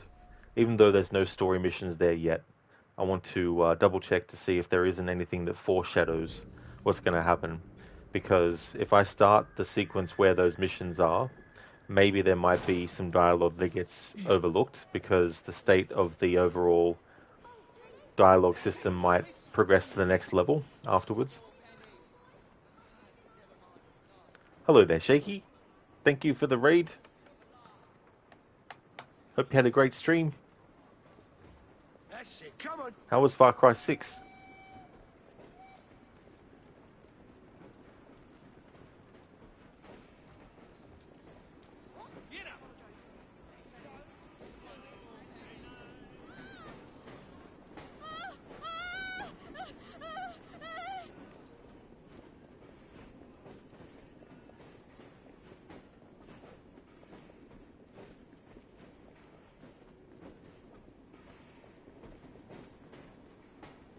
you, Chief.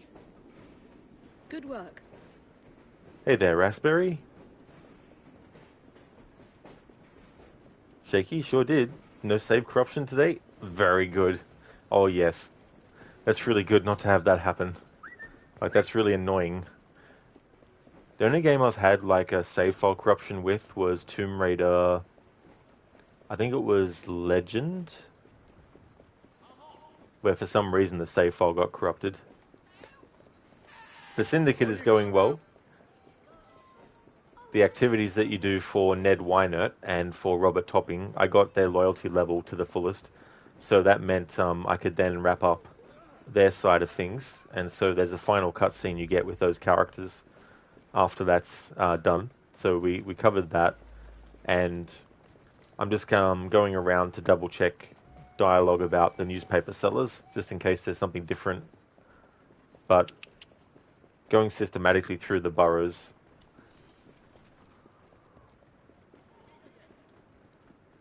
Also collected all the beer bottles, because if you collect them all, Jacob gets a level 10 secret item belt.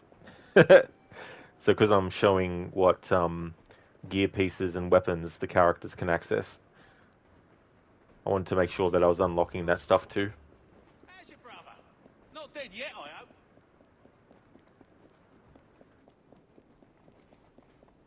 That sort of behaviour won't be tolerated when Mr. Starrick gets in. Never heard that dialogue before. That kind of behaviour won't be tolerated when Mr. Starrick gets in. What, just running?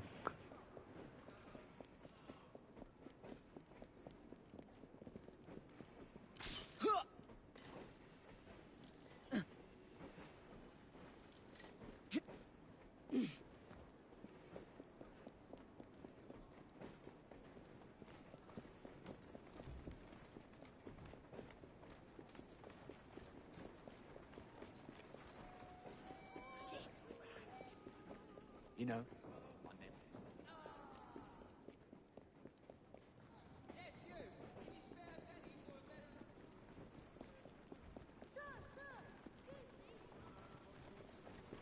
How you doing, Evie?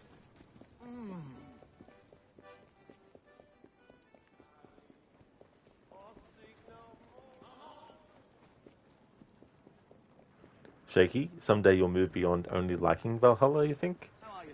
I don't know. I mean, it's possible. Like, there can be games that you play it and you might not, outright dislike it or hate it, but it might just be meh. And those can become on a replay better, I guess.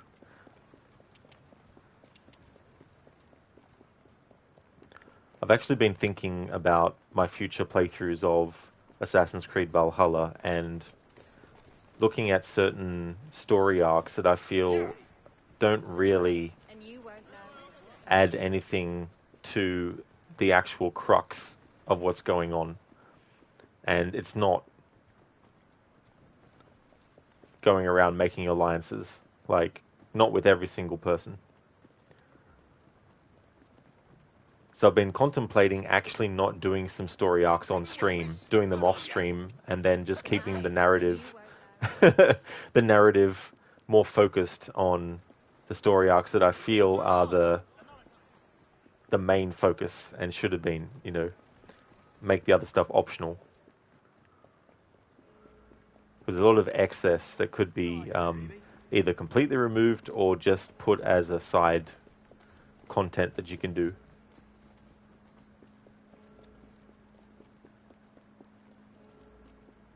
Like, I get it. They wanted it to reflect actual history with the Vikings and England and all that kind of stuff. But I feel like once Sigurd and everyone goes to England, after they do some initial alliances, once they set up Ravensthorpe and all that, that's where only certain story arcs should have been made forced to do, and others optional.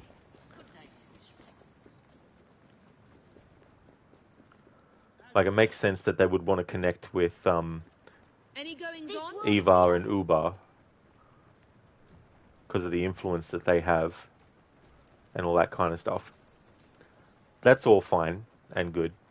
But I'm more talking about things like the beer stand thing with his French wife, who wants to leave and go back to France, and he wants to go back to someone that he loved when he was younger. And the only thing about that story arc, though, that I like is related to Rollo the Viking, because it feels the strongest element of that story. Whereas the other side of it seems more like something out of Days of Our Lives or something like that. It feels like it was also just a forced thing as well. So I think that should at least be optional of a story arc. And I feel like making a big gap in the story with Sigurd, his capture, his torture, and the rescue. When I do a playthrough now, I like to put those story arcs back to back to back. Because it doesn't make sense to me that Eivor would want to flounder around and go off and do ridiculous story arcs like the whole thing with Biersten and all that. Like, I know there is a little bit of time delay in that narrative with those 3 story arcs. So a bit of time has actually passed. However, I feel like the pacing of the story works better if they're done back to back.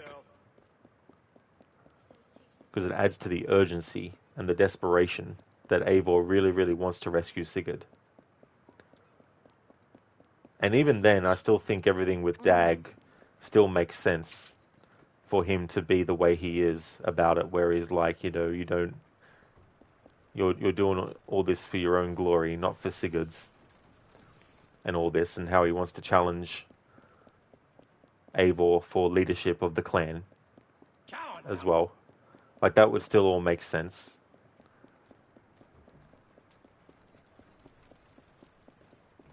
Shaky agreed. Yeah, a lot of fluff. That is true, exactly.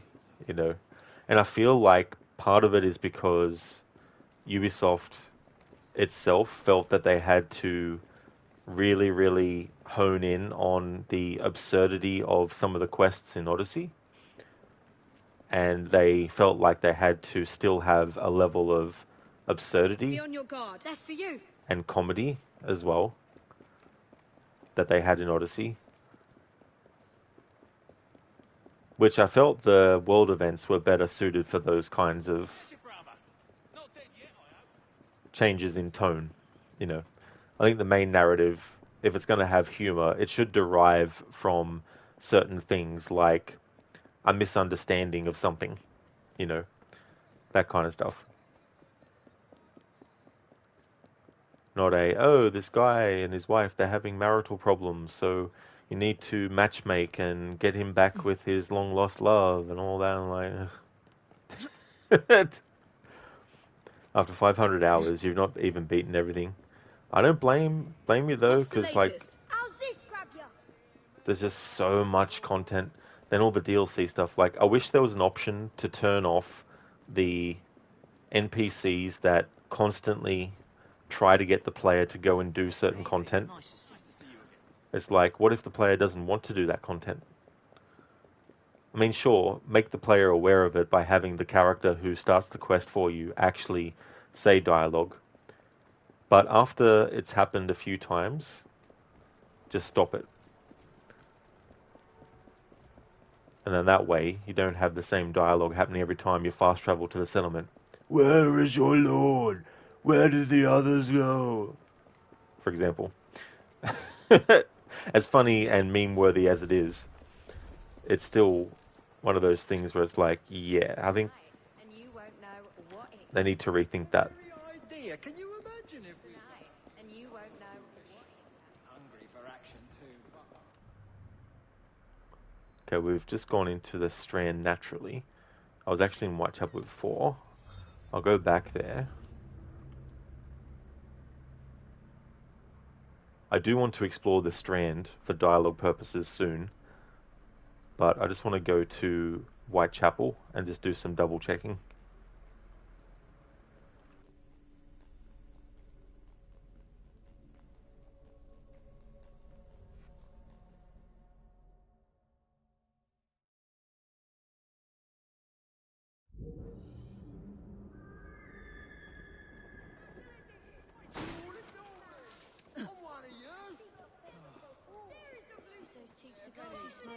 Oh, Teddy!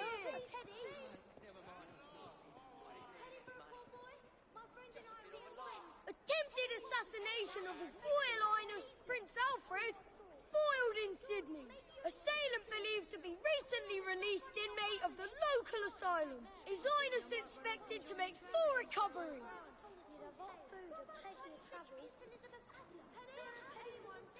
Patent medicines cause illness in Lambeth. Your tonic might make you unwell. More details here. Is this a thanks a man gets for defending his country? Strange fever grips Lambeth. Children fall ill in wake of the asylum closing. Read about it here.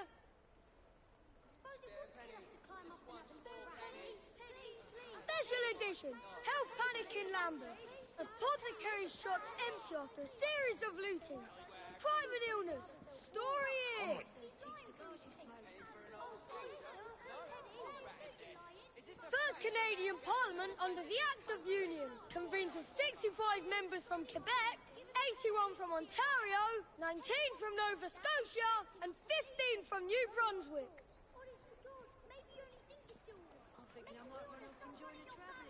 Patent medicines cause illness in Lambeth.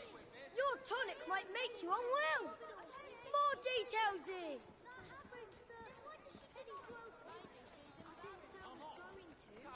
Special edition. Health panic in Lambeth. Apothecary shops empty after a series of lootings. Crime and illness. Story here.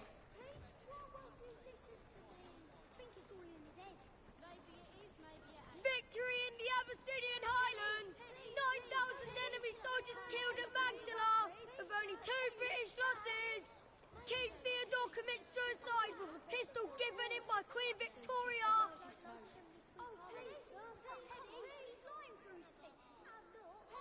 Medicine returns to Lambeth. New guards placed on apothecary shops.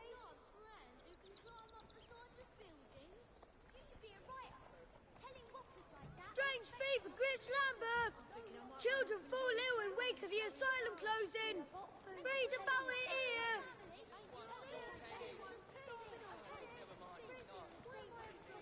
Patent medicines cause illness in Lambeth. Your tonic might make you unwell. More details here.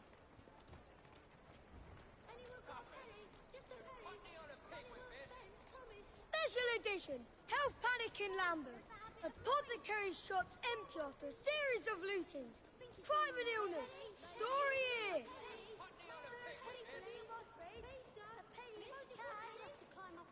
Disaster in Wales. 33 dead as 2 trains collide near Abergele. Victims burnt beyond recognition. Railway officials call it the worst accident ever.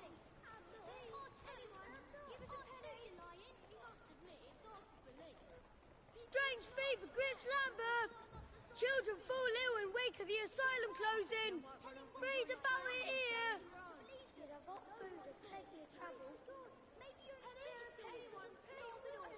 Anti-papist William Murphy travels to Manchester. Mayor appoints force of 600 special constables to prevent repeat of last year's Birmingham riots, where both eggs and windows were smashed.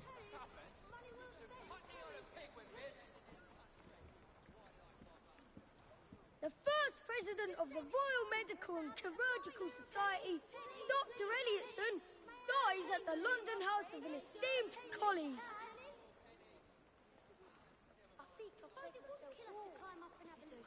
Hot from the press, Dr. Elliotson, known for his strange practices on the bodies of his patients, found dead.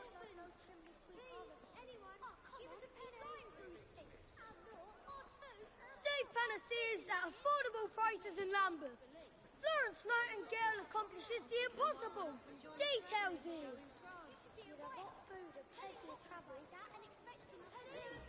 Divine rapture in the Caribbean. Dock workers report a hole in the ocean. Drowning sailors Step back, from the please. sea as if by the hand of God.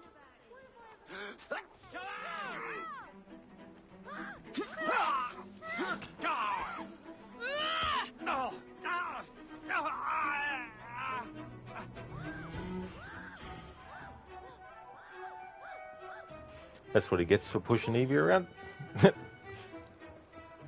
Just standing there, minding her own business. Get out of the road. Fine. Alright, so that is the dialogue check for the newspaper seller there. No mention from that newspaper seller about the Milner and Attaway stuff. But that satisfies me enough to now move to the Strand Borough. While the main narrative hasn't actually gone to this borough yet, just in case there's an initial batch of dialogues that happen that then get overridden when the story actually moves to that point, just to err on the side of caution, I want to go there early. Same with the Westminster Borough.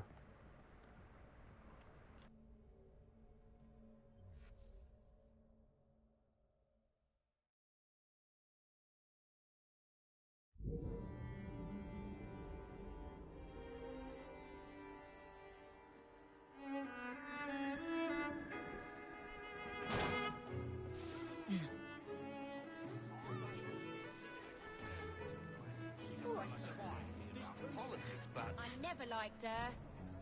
It's evidence. Wouldn't you say, sir? I'll leave you to report it to the police. Here it is, sir. Alright, already heard that dialogue from those NPCs.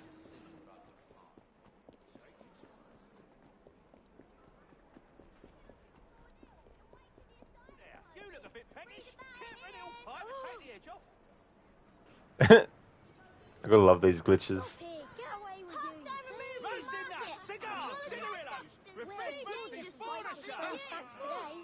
So you do think I'm mad then? You know, I'm telling you all this for your own good. Medicines cause illness in Lambert. Your tonic might make you well. More details here. Fairies exist, new witches. What's next? Roasted nuts! I also think cigarettes. This is no place for a chap like... Away with you, or you will be sorry. Programs? We also have programs. Tolium Mercutio from your Malvolio with a program. You there, you look a bit peckish. Keep an ill pipe to take the edge off. Known for his strange practices on the bodies of his patients, let's found see. dead. One of those, please. Threepence, sir. There you are. Fever grips Thank Lambert. you, sir. Children fall ill in wake of the asylum closing. Enjoy the show, sir. Yes, yes, thank you. Roasted nuts, cigars, cigarillos. Health panic in Lambert. Roasted nuts. Apothecary shops empty after series of lootings. Bloody hell. Crime and What have I illness. stepped in? Story here. Alright, so this guy's dialogue I actually have heard before. This newspaper seller is still talking about the same stuff related to Lambeth. Oh yeah, Spectrum, that's no worries at all. Time to hit the hay, good night. This tray is empty. You're loving games when a character's supposed to have food or other items inside of something, but they actually don't. Thanks for being here, Spectrum. I really hope you get some good sleep. And thank you for leaving the lurk too.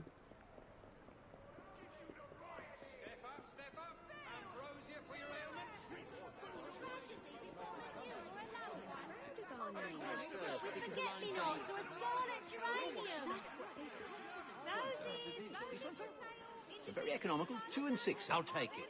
Very good, sir. You won't regret it, sir. Good day. And to you, sir. There's one born every minute. Ladies, gentlemen, good people of London, I beg you to pause for a moment. For a moment is all it will take to change your life.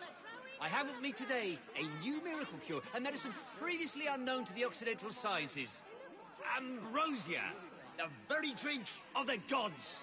Step forward to try a sample for yourselves. Come on, don't be shy. I guarantee ambrosia will improve your life. And if you're not completely satisfied, you may return the unused portion for a full refund. That's correct. The initial cost to you is nothing more than a moment of Oh yeah, I already time heard this dialogue. and a desire to improve Wasn't sure. your well-being. Just one second. Some explanation. Yes, exactly. Their stature. They wouldn't behave like that.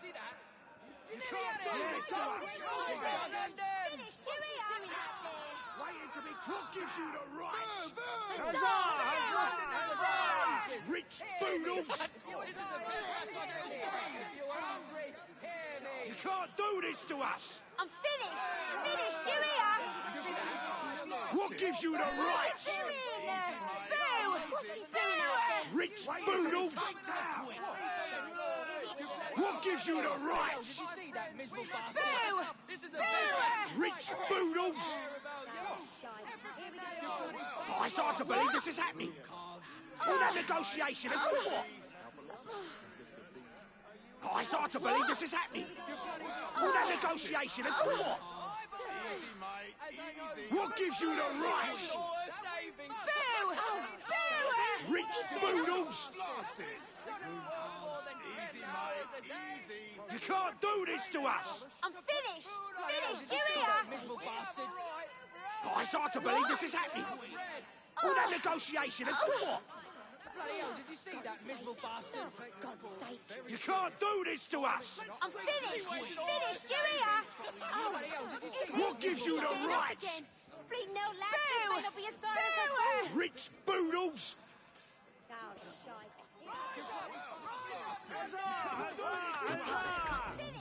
Finished, you hear?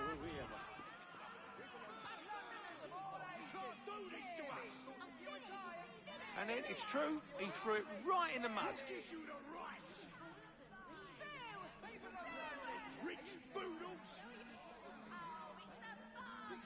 And he bit you on the leg. No, you'll be fine. You'll be fine. It's just a flesh wound. It's alright.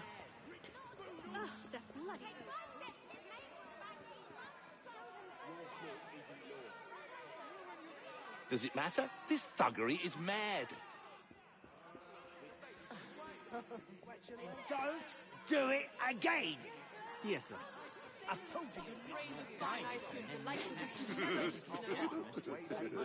Coming team.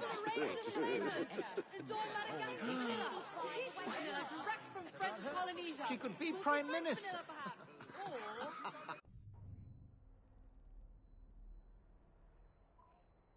Go on, you're embarrassing me.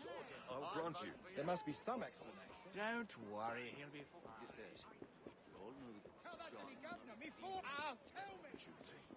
The editor does have a knack for a clever turn of phrase. When he is, we'll make the bastard pay. On you go now. Certainly cuts to the heart.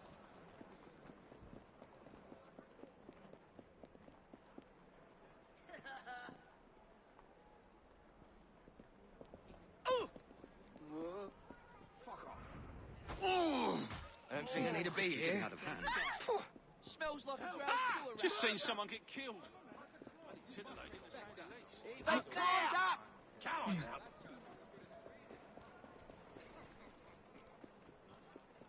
I've told you you're not to leave your work area ever.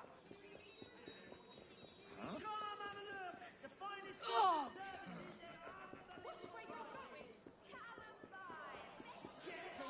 then. Perfectly, sir.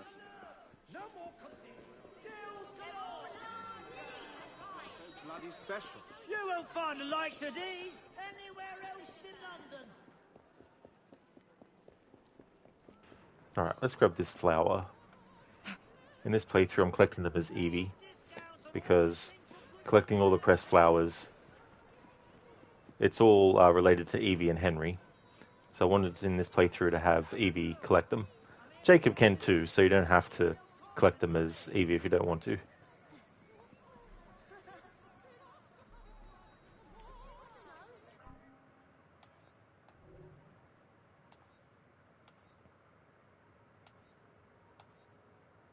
Love in a mist / devil in a bush. Nigella damascena may be propagated by sowing their seeds upon a bed of light earth, where they are to remain, for they seldom succeed well if transplanted. Therefore, in order to have them intermixed among other annual flowers in the borders of the flower garden, the seeds should be sown in patches at proper distances, and when the plants come up, they must be thinned where they grow too close, leaving but 3 or 4 of them in each patch, observing also to keep them clear from weeds, which is all the culture they require. In July, they will produce their flowers, and their seeds will ripen in August. The Botanical Magazine, Volume 1.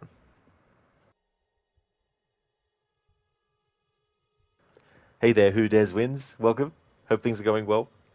How fun is that? I just seen someone get killed. Funny people. Yeah, some of the dialogue too from NPCs when you kill enemies and stuff.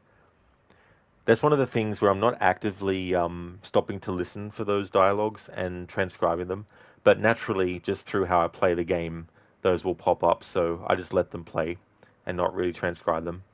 So there'll be a lot of that kind of stuff too, as well. But yeah, their reactions, especially their reactions too, when you actually go into sneak mode, some of the dialogue they say is just so funny.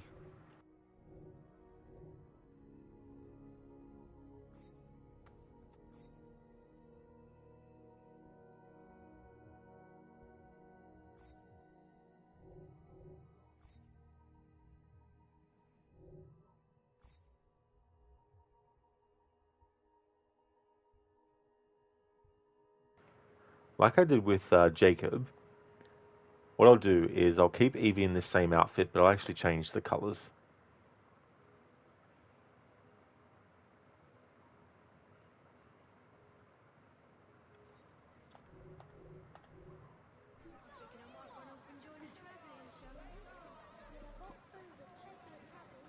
Hey, Mr. Gote, good evening, dude. How's your day been?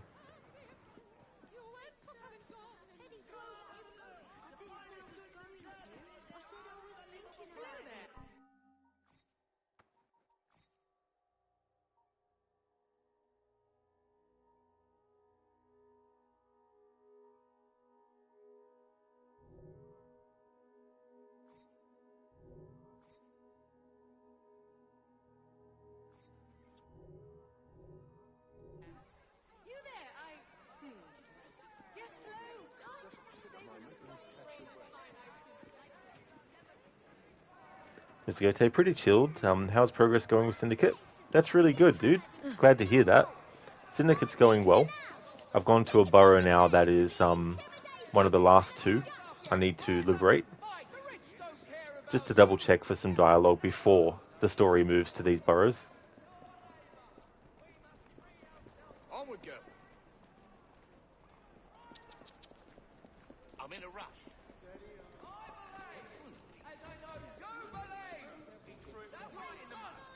It certainly cuts to the heart of the matter. You know how dangerous that is!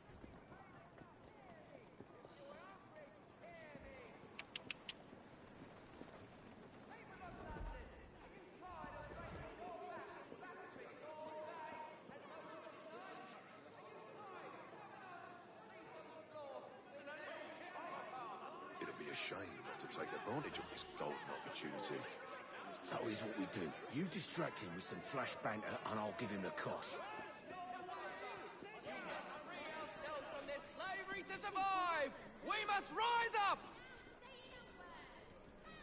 I believe, as I know you believe, that we must be paid a living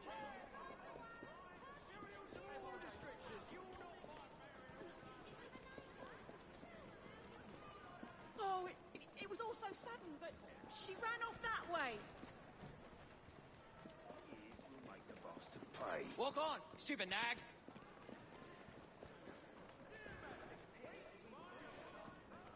Edward, what good does it do us to have a man in Parliament if he's ineffectual? Trying to understand.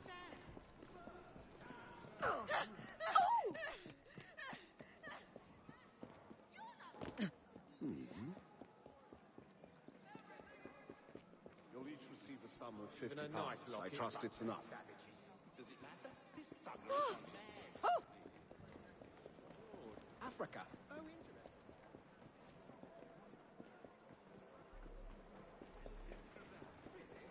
About the future of the British Empire. You should make an effort to understand. These place names are allowed to... Is this really necessary? Custom.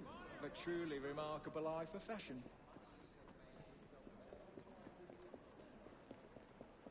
Why would I tell anyone?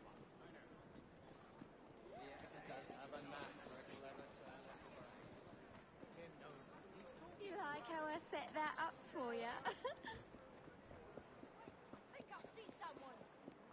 Where? I can assure you. How long is this gonna take? Now, see here. We have a little one on.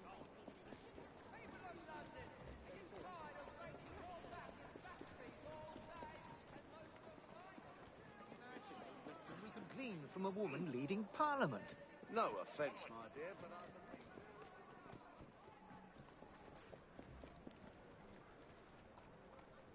Couldn't you find another job before giving up this one? That's it. Wonderful. But that's how it should be. We're responsible for the convicts. We should deal with them. We dealt with him by sending him away. Yes, we did. For what? So they could live on a warm island and live off the land? Live on a warm island and live off the land.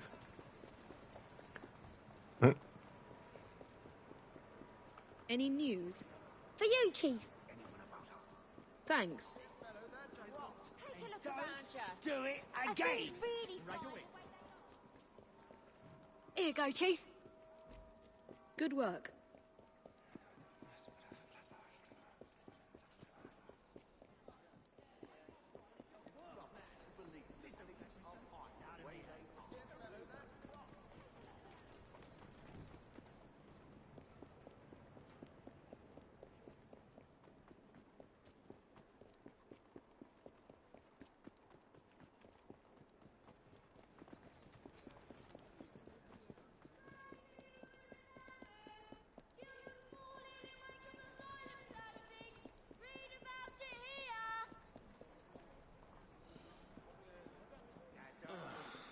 Patent medicines cause illness in Lambeth.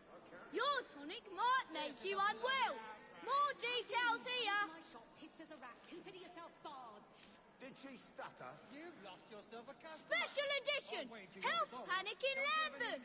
Apothecary shops empty after a series of lootings. Crime and illness. Story here. Alright, so there doesn't seem to be any difference in that dialogue in the Strand area, which is closer to the City of London, but fast travel here and then we'll go into the Westminster area to do the same dialogue checks.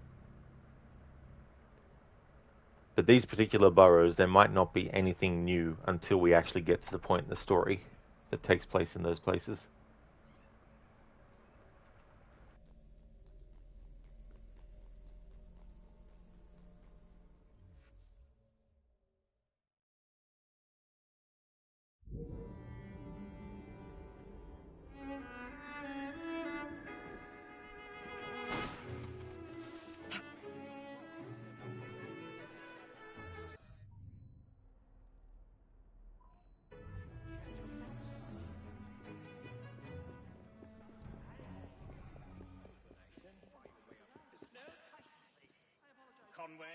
Oh, the bloody oaf.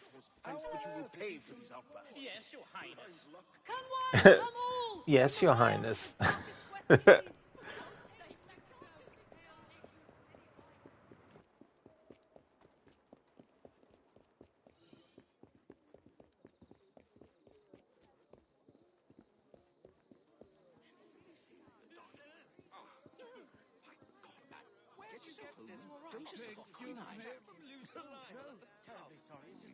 You've got some on you. Brother here, but I see So have I. All you have are big words, treasonous words. Could I have another? Is everything all right? You seem distracted. What? Thank you. And for you? I was to meet my brother here, but I see... Here's luck. Wait, wait. Here's a go. Here's how. All these great machines we have now, belching smoke and fire. What of the land? I hear tales of rivers gone black or red, brown, where nothing grows. Bit of a rough bin. Should have been kept bottled another 6 months. And thus be enriched by modernity. I suppose. Rather pleasant out today. No, he's right. You look very poorly. Have you been to the Fens recently? You should really see the doctor. Why I do so enjoy the continent. Do yourself a mind. It excites the senses, I tell you. You've got some on you. Do you travel much, then? So have Not I. nearly so much as I'd like to. Have you seen the Aboriginal cricketers? The who? The cricket team from Australia. They've been playing at the Oval. I saw them play. Remarkable fellows. You really ought to take a match before they leave, my dear. Darling, I'm Oh yeah, so we've heard this dialogue before. I think I might have heard the other dialogue before about the guy being sick and all that kind of stuff. Order of the Queen. Why hasn't anyone put her away? You're out of your mind. The Queen wouldn't have had her husband killed. He had typhoid and no one else, and the palace was aflame to business opportunities. Just think of the money you could make with some well-timed investments. Oh, it's the latest news from abroad. Africa. Oh, interesting. Do you really follow all that? I find it fascinating. The place names. Anyone like that, and you know it. That's enough. I'm a man of the cloth. See here, I'm about ready to throw myself off one of these buildings. That's hardly necessary, Adam. How can you... The baby's on its way to believe. Congratulations. Things are fine the way they are.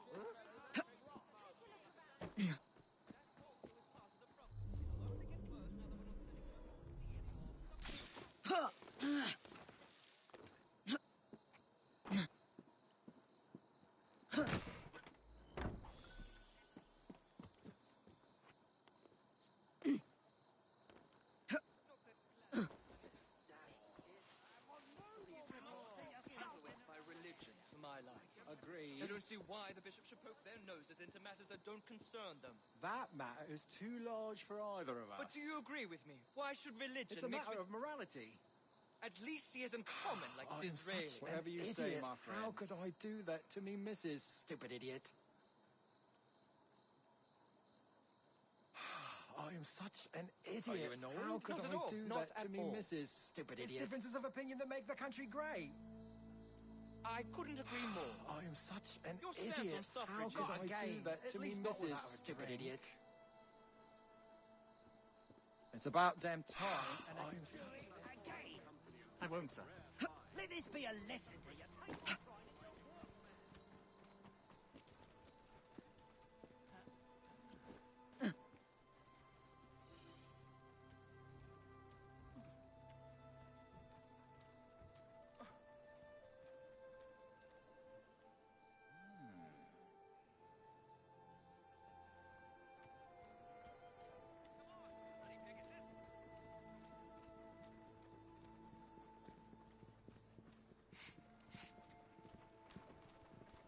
Up ya! Come on!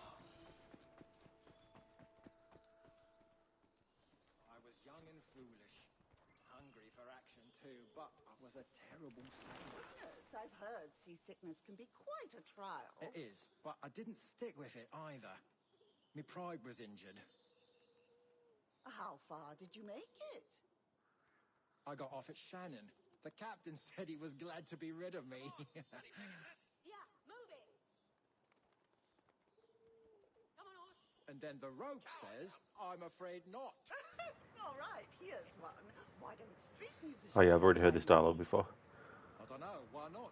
Because no one ever wants to find them. Oh, ho, ho, ho. Very funny.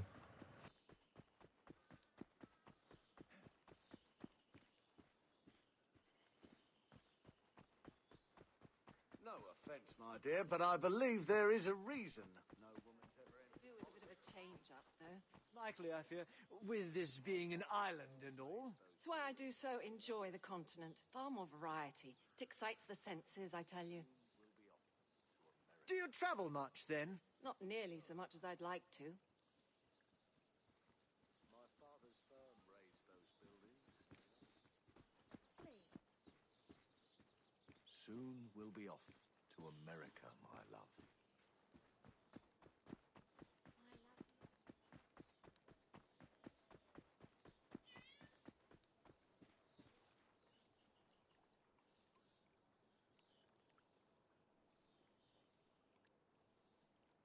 I could really make a difference in this country.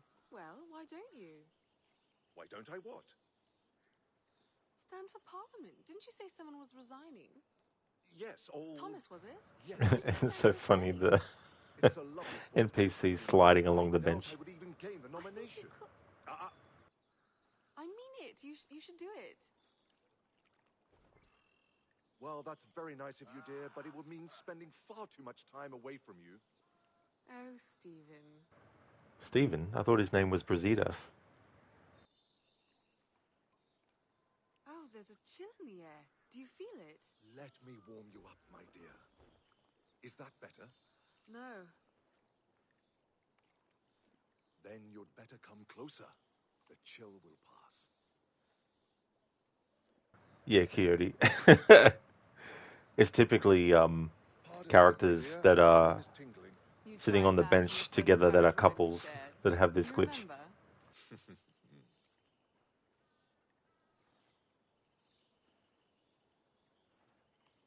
It's like they're fighting for the spot. No, this won't do. I'm not getting enough of your shoulder, love. Then I shall move it back. The tingling subsided anyway. Thank you, darling. You're always such the perfect gentleman. Oh my. What is it? Achoo! Dash this summer guitar. Sorry to disturb you, my dear.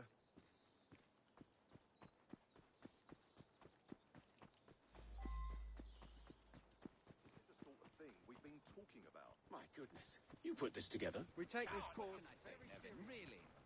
Now look here. If you tell anyone about us... Why would I tell anyone? I know. I just have to warn you. No, absolutely not. Up ya! Come on! How's your mother? With this being an island and all. My goodness, are I you do all so. right? I'm fine. My apologies. It's this city air. It irritates my lungs. How dreadful. May I say how delighted I am to see you? You may not. Honestly, you're being overbearing again, and I want I'm to get sorry, on with it. but you know I'm only funning. It's neither funny nor gentlemanly. And then the road says...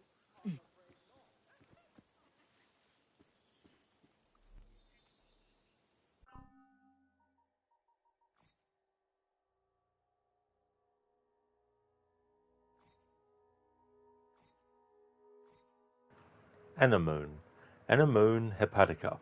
Forsaken. Anemone was a nymph, beloved by Zephyr. Flora, jealous of her, banished her from the court and transformed her into a flower that blows before the return of spring. Zephyr has abandoned this unhappy beauty to the rude caresses of Boreas, who, unable to gain her love, harshly shakes her, half opens her blossoms, and causes her immediately to fade. The language of flowers.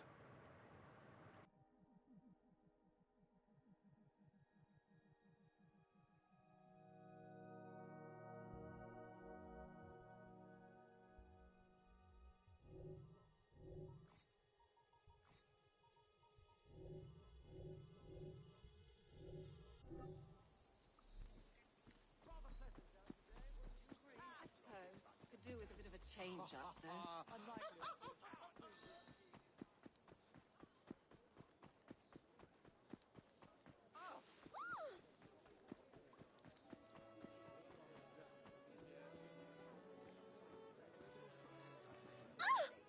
That's absurd. What could they be protecting?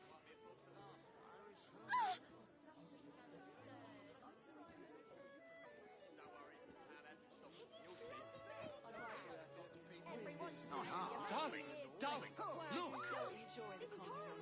Bloody hell! Did you see anything either? We're too far away.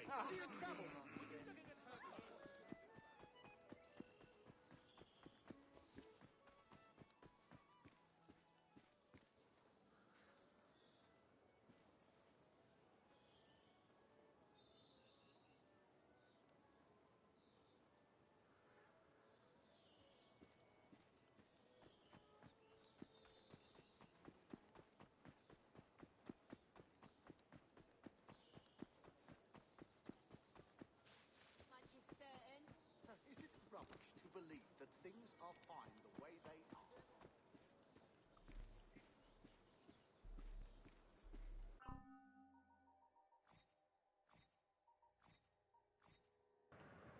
Strawberry. Fragaria monophylla. Perfection. This humble plant delights in the shelter of our woods and covers the borders with that delicious fruit which belongs to anyone who pleases to gather it. The language of flowers.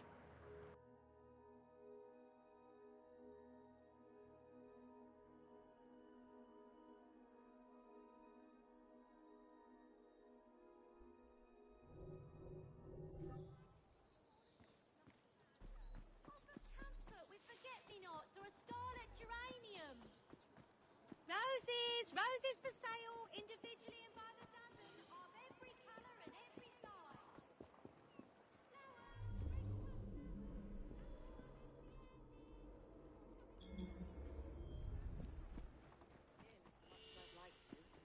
Place names you allow to confuse you, or a window into business opportunities. Just think of the money you could make with some well... Yeah, 30. There should be 12. They were delivered just this morning. Manifest says 10. Try counting instead of looking. Have me head if we're short.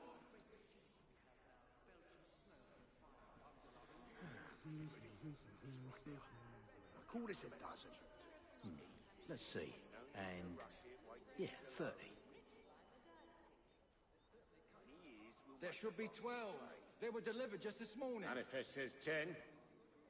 Oh, the board will have me head if we're short. No, it wasn't that grouping of dialogue. There is some dialogue though where they're like, try counting instead of looking. So here's what we do. You distract him.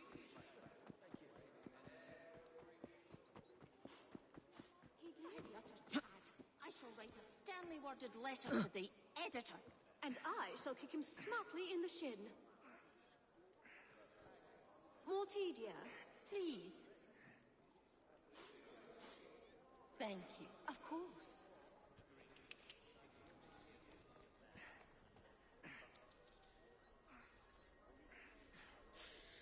Ooh, that's hot. Then why on earth would you put your finger in it? Alright, already heard that dialogue before. May I tell you a secret? Of course. What is it? Shh. Come closer. I find George Eliot tedious. What? I know. Sorry, dear. You were saying? Yes. Just walk off.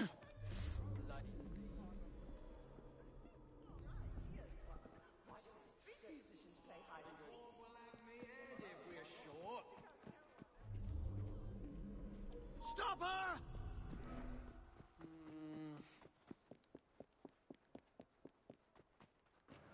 Okay, so I can't really detect any different dialogue in this part of the game map.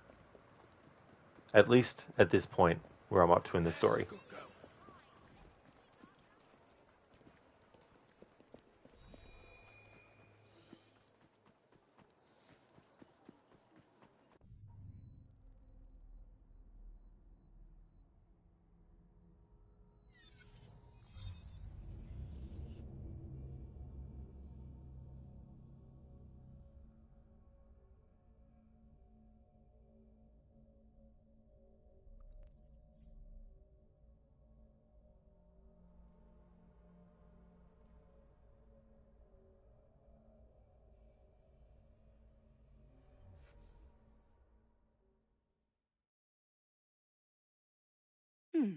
Seems a letter has come for Jacob.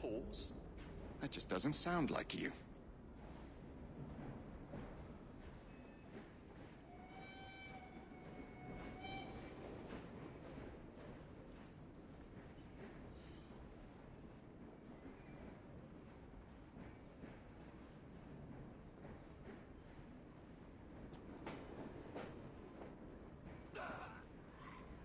Now that I've got rid of that Elliotson fellow, I wonder who makes the medicine. Oh well.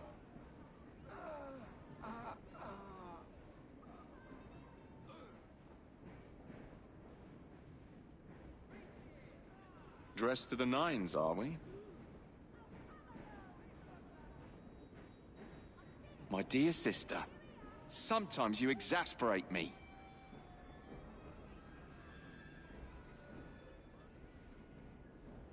Pleasure to see you, Miss Fry. The more you can do to help the children, the better.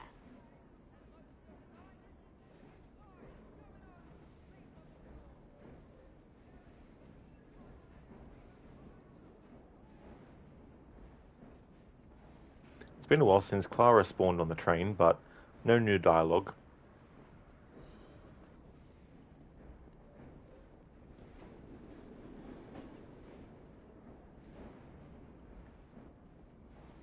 Okay, so here we have Nigel and Reg.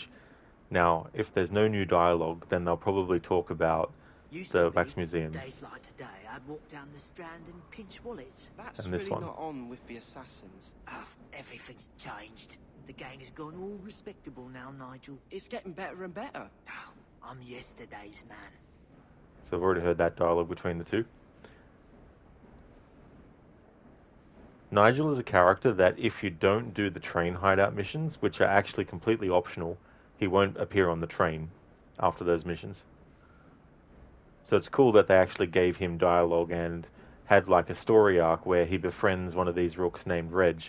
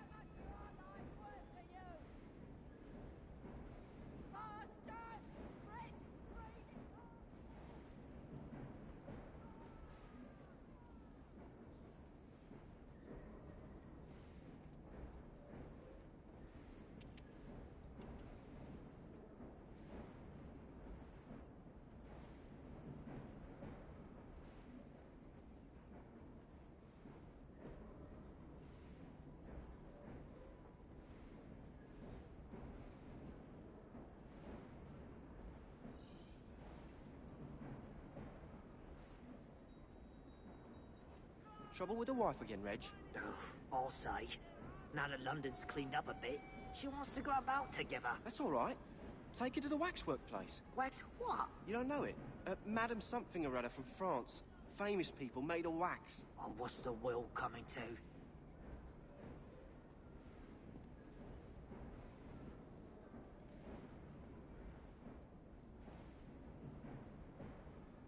Morning, Evie.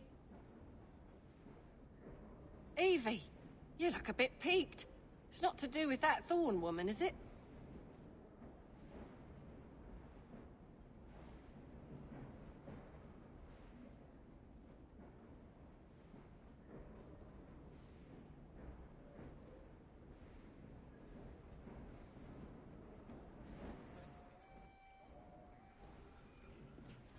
I probably can't help you, Miss Evie.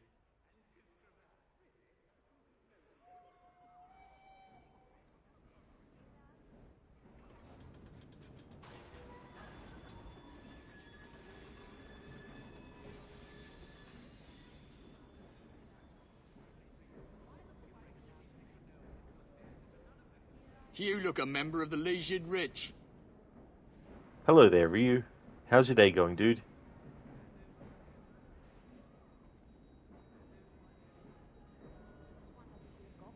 What's the point, really?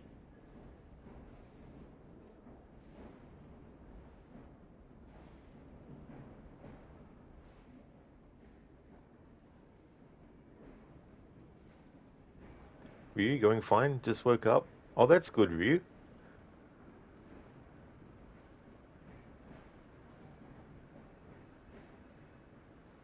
We've collected enough flowers as Evie to unlock the first cutscene with her and Henry related to them.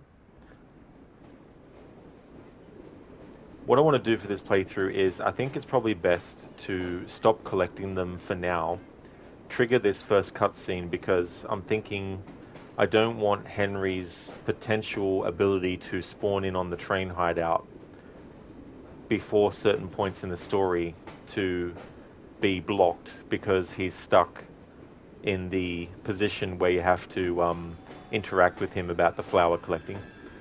But I'll do this one now because I need to give enough room in the story for Henry to be able to randomly teleport has come for Jacob. to the train hideout. Not Fry, your hours are so messed up right now. You woke up at like 11 p.m? Oh, damn, dude. Yeah, that can be really, really disorienting as well.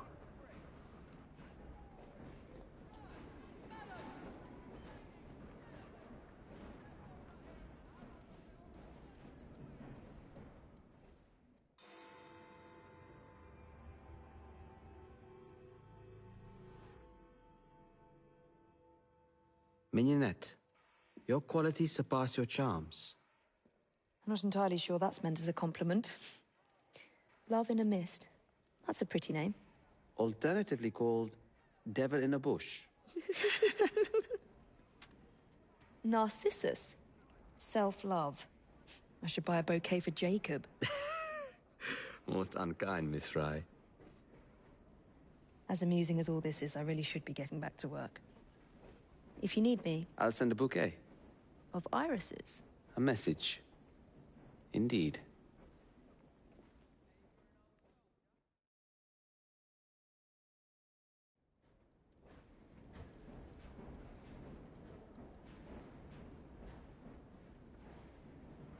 So this is a spoiler, if you haven't played this game before, about the ultimate destiny of Evie and Henry. They get married. If you collect all the flowers, you get a final cutscene where Henry actually proposes to Evie and she says yes. If you get all the flowers before the point in the story where they have a bit of a tiff, it doesn't necessarily match well.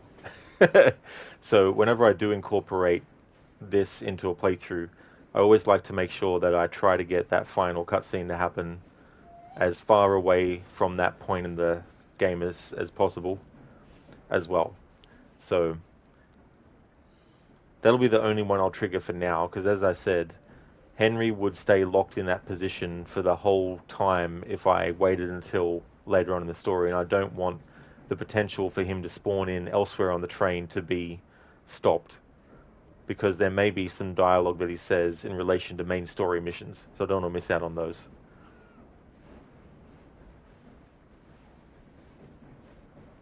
Hey there, like. Those two definitely floating like hell. Exactly, yeah. Yeah, that's the whole flow of the flowers as well. It's similar in Assassin's Creed Revelations, where if you collect all the books as Ezio, there's a special scene with him and Sophia that you miss out on if you don't get all those books, which is understandable because they do cost a lot in the game.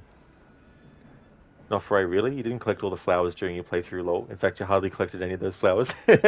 Yeah, not Frey. Like, you don't have to strictly collect them as Evie either. You can collect them as Jacob. But yeah, they're strictly for Evie and Henry in terms of like the narrative elements. So for this playthrough, I wanted to have Evie be the one that collects them. But yeah, you can collect them as Jacob too.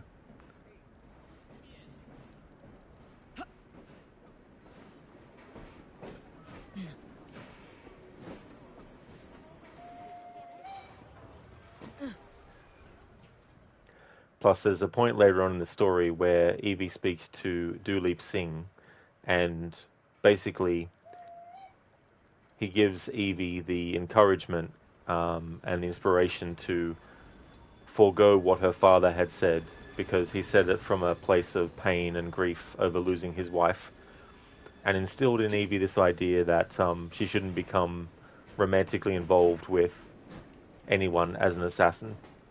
I mean, maybe not anyone.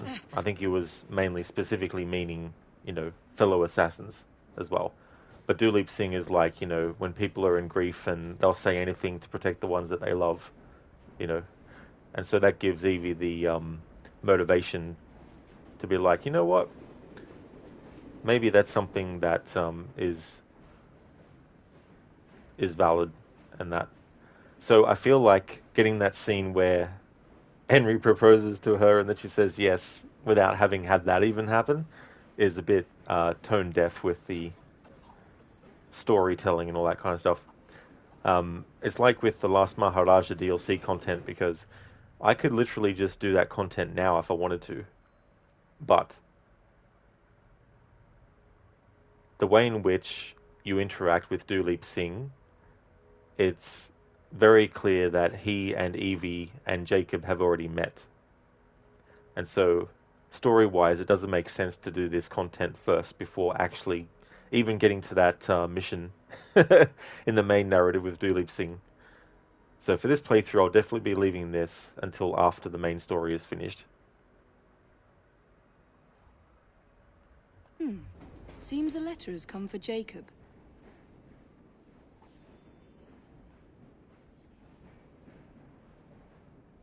Off right, makes sense, lol. Yeah, exactly. You know, it's one of those things. If you want narrative elements to go together better, but if you just want to get content done when you want to get it done, it works well in that respect. Trouble with the wife again, Reg? I'll say. Now that London's cleaned up a bit, she wants to go about together. That's all right. Take her to the waxwork place. Wax what? You don't know it? Madame something or other from France. Famous people made of wax. Oh, what's the world coming to? Oh, what's the world coming to? Wait until centuries later when the advent of AI generation for stuff begins, or began, I should say.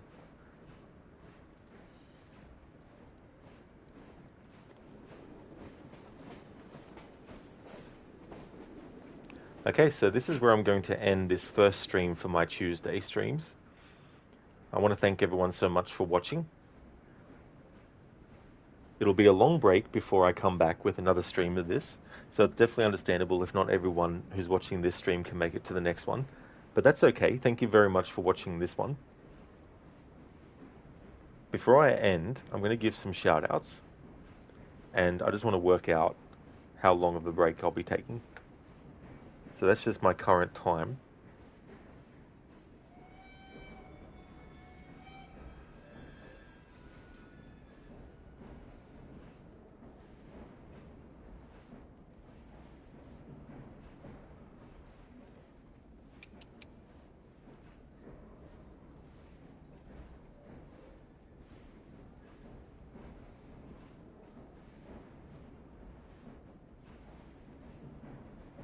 Okay, so I'll be taking a 1 hour and 40-minute break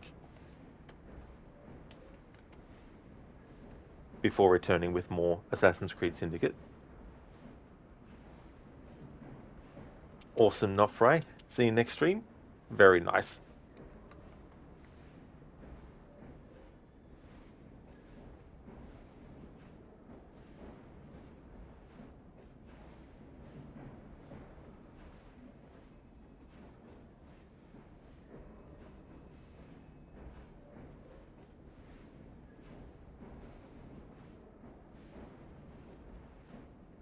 Walk on, stupid nag.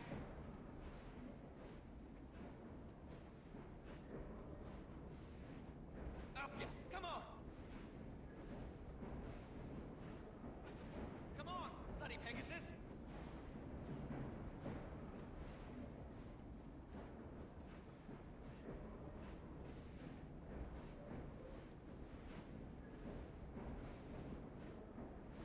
Would like to definitely recommend people check out Avi the Oni has been doing the game Dispatch. Amanda Bearsuit is playing the remake of Resident Evil 1. He's playing the GameCube version on an actual GameCube console and on an old school CRT. Lone Star is doing Final Fantasy VII Rebirth. Shillerlock is doing a playthrough of The Witcher 3 Wild Hunt, playing on Death March difficulty and also going for all the achievements. Shaky has been doing Far Cry 6, and Shin the Ninja Penguin was doing some Watch Dogs 1.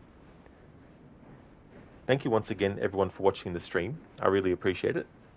If you see me streaming this again, then you know it's after my long break. But Wednesday will also be Assassin's Creed Syndicate as well. But that one will be a longer stream without a break in between. And then on Thursday, I'll be starting my playthrough of Control, doing a challenge where I can only use the service weapon. With exceptions, I can use like levitate and all that kind of stuff. I can levitate objects as long as I'm not using it to levitate an object and then throw it at an enemy. And there's also the ability to create a shield. You can actually get an upgrade for the shield so that you can actually damage enemies with it. So I'm going to avoid getting that upgrade. So there are some things powers-wise that I can actually use. It just depends on the context. But primarily for attacking enemies and all that kind of stuff, I need to strictly stick to the service weapon as well. So that's the current schedule. That'll be Thursday through to Sunday. Thank you once again, everyone, for watching, and I'll be back in 1 hour and 40 minutes. We're never going to make up the time.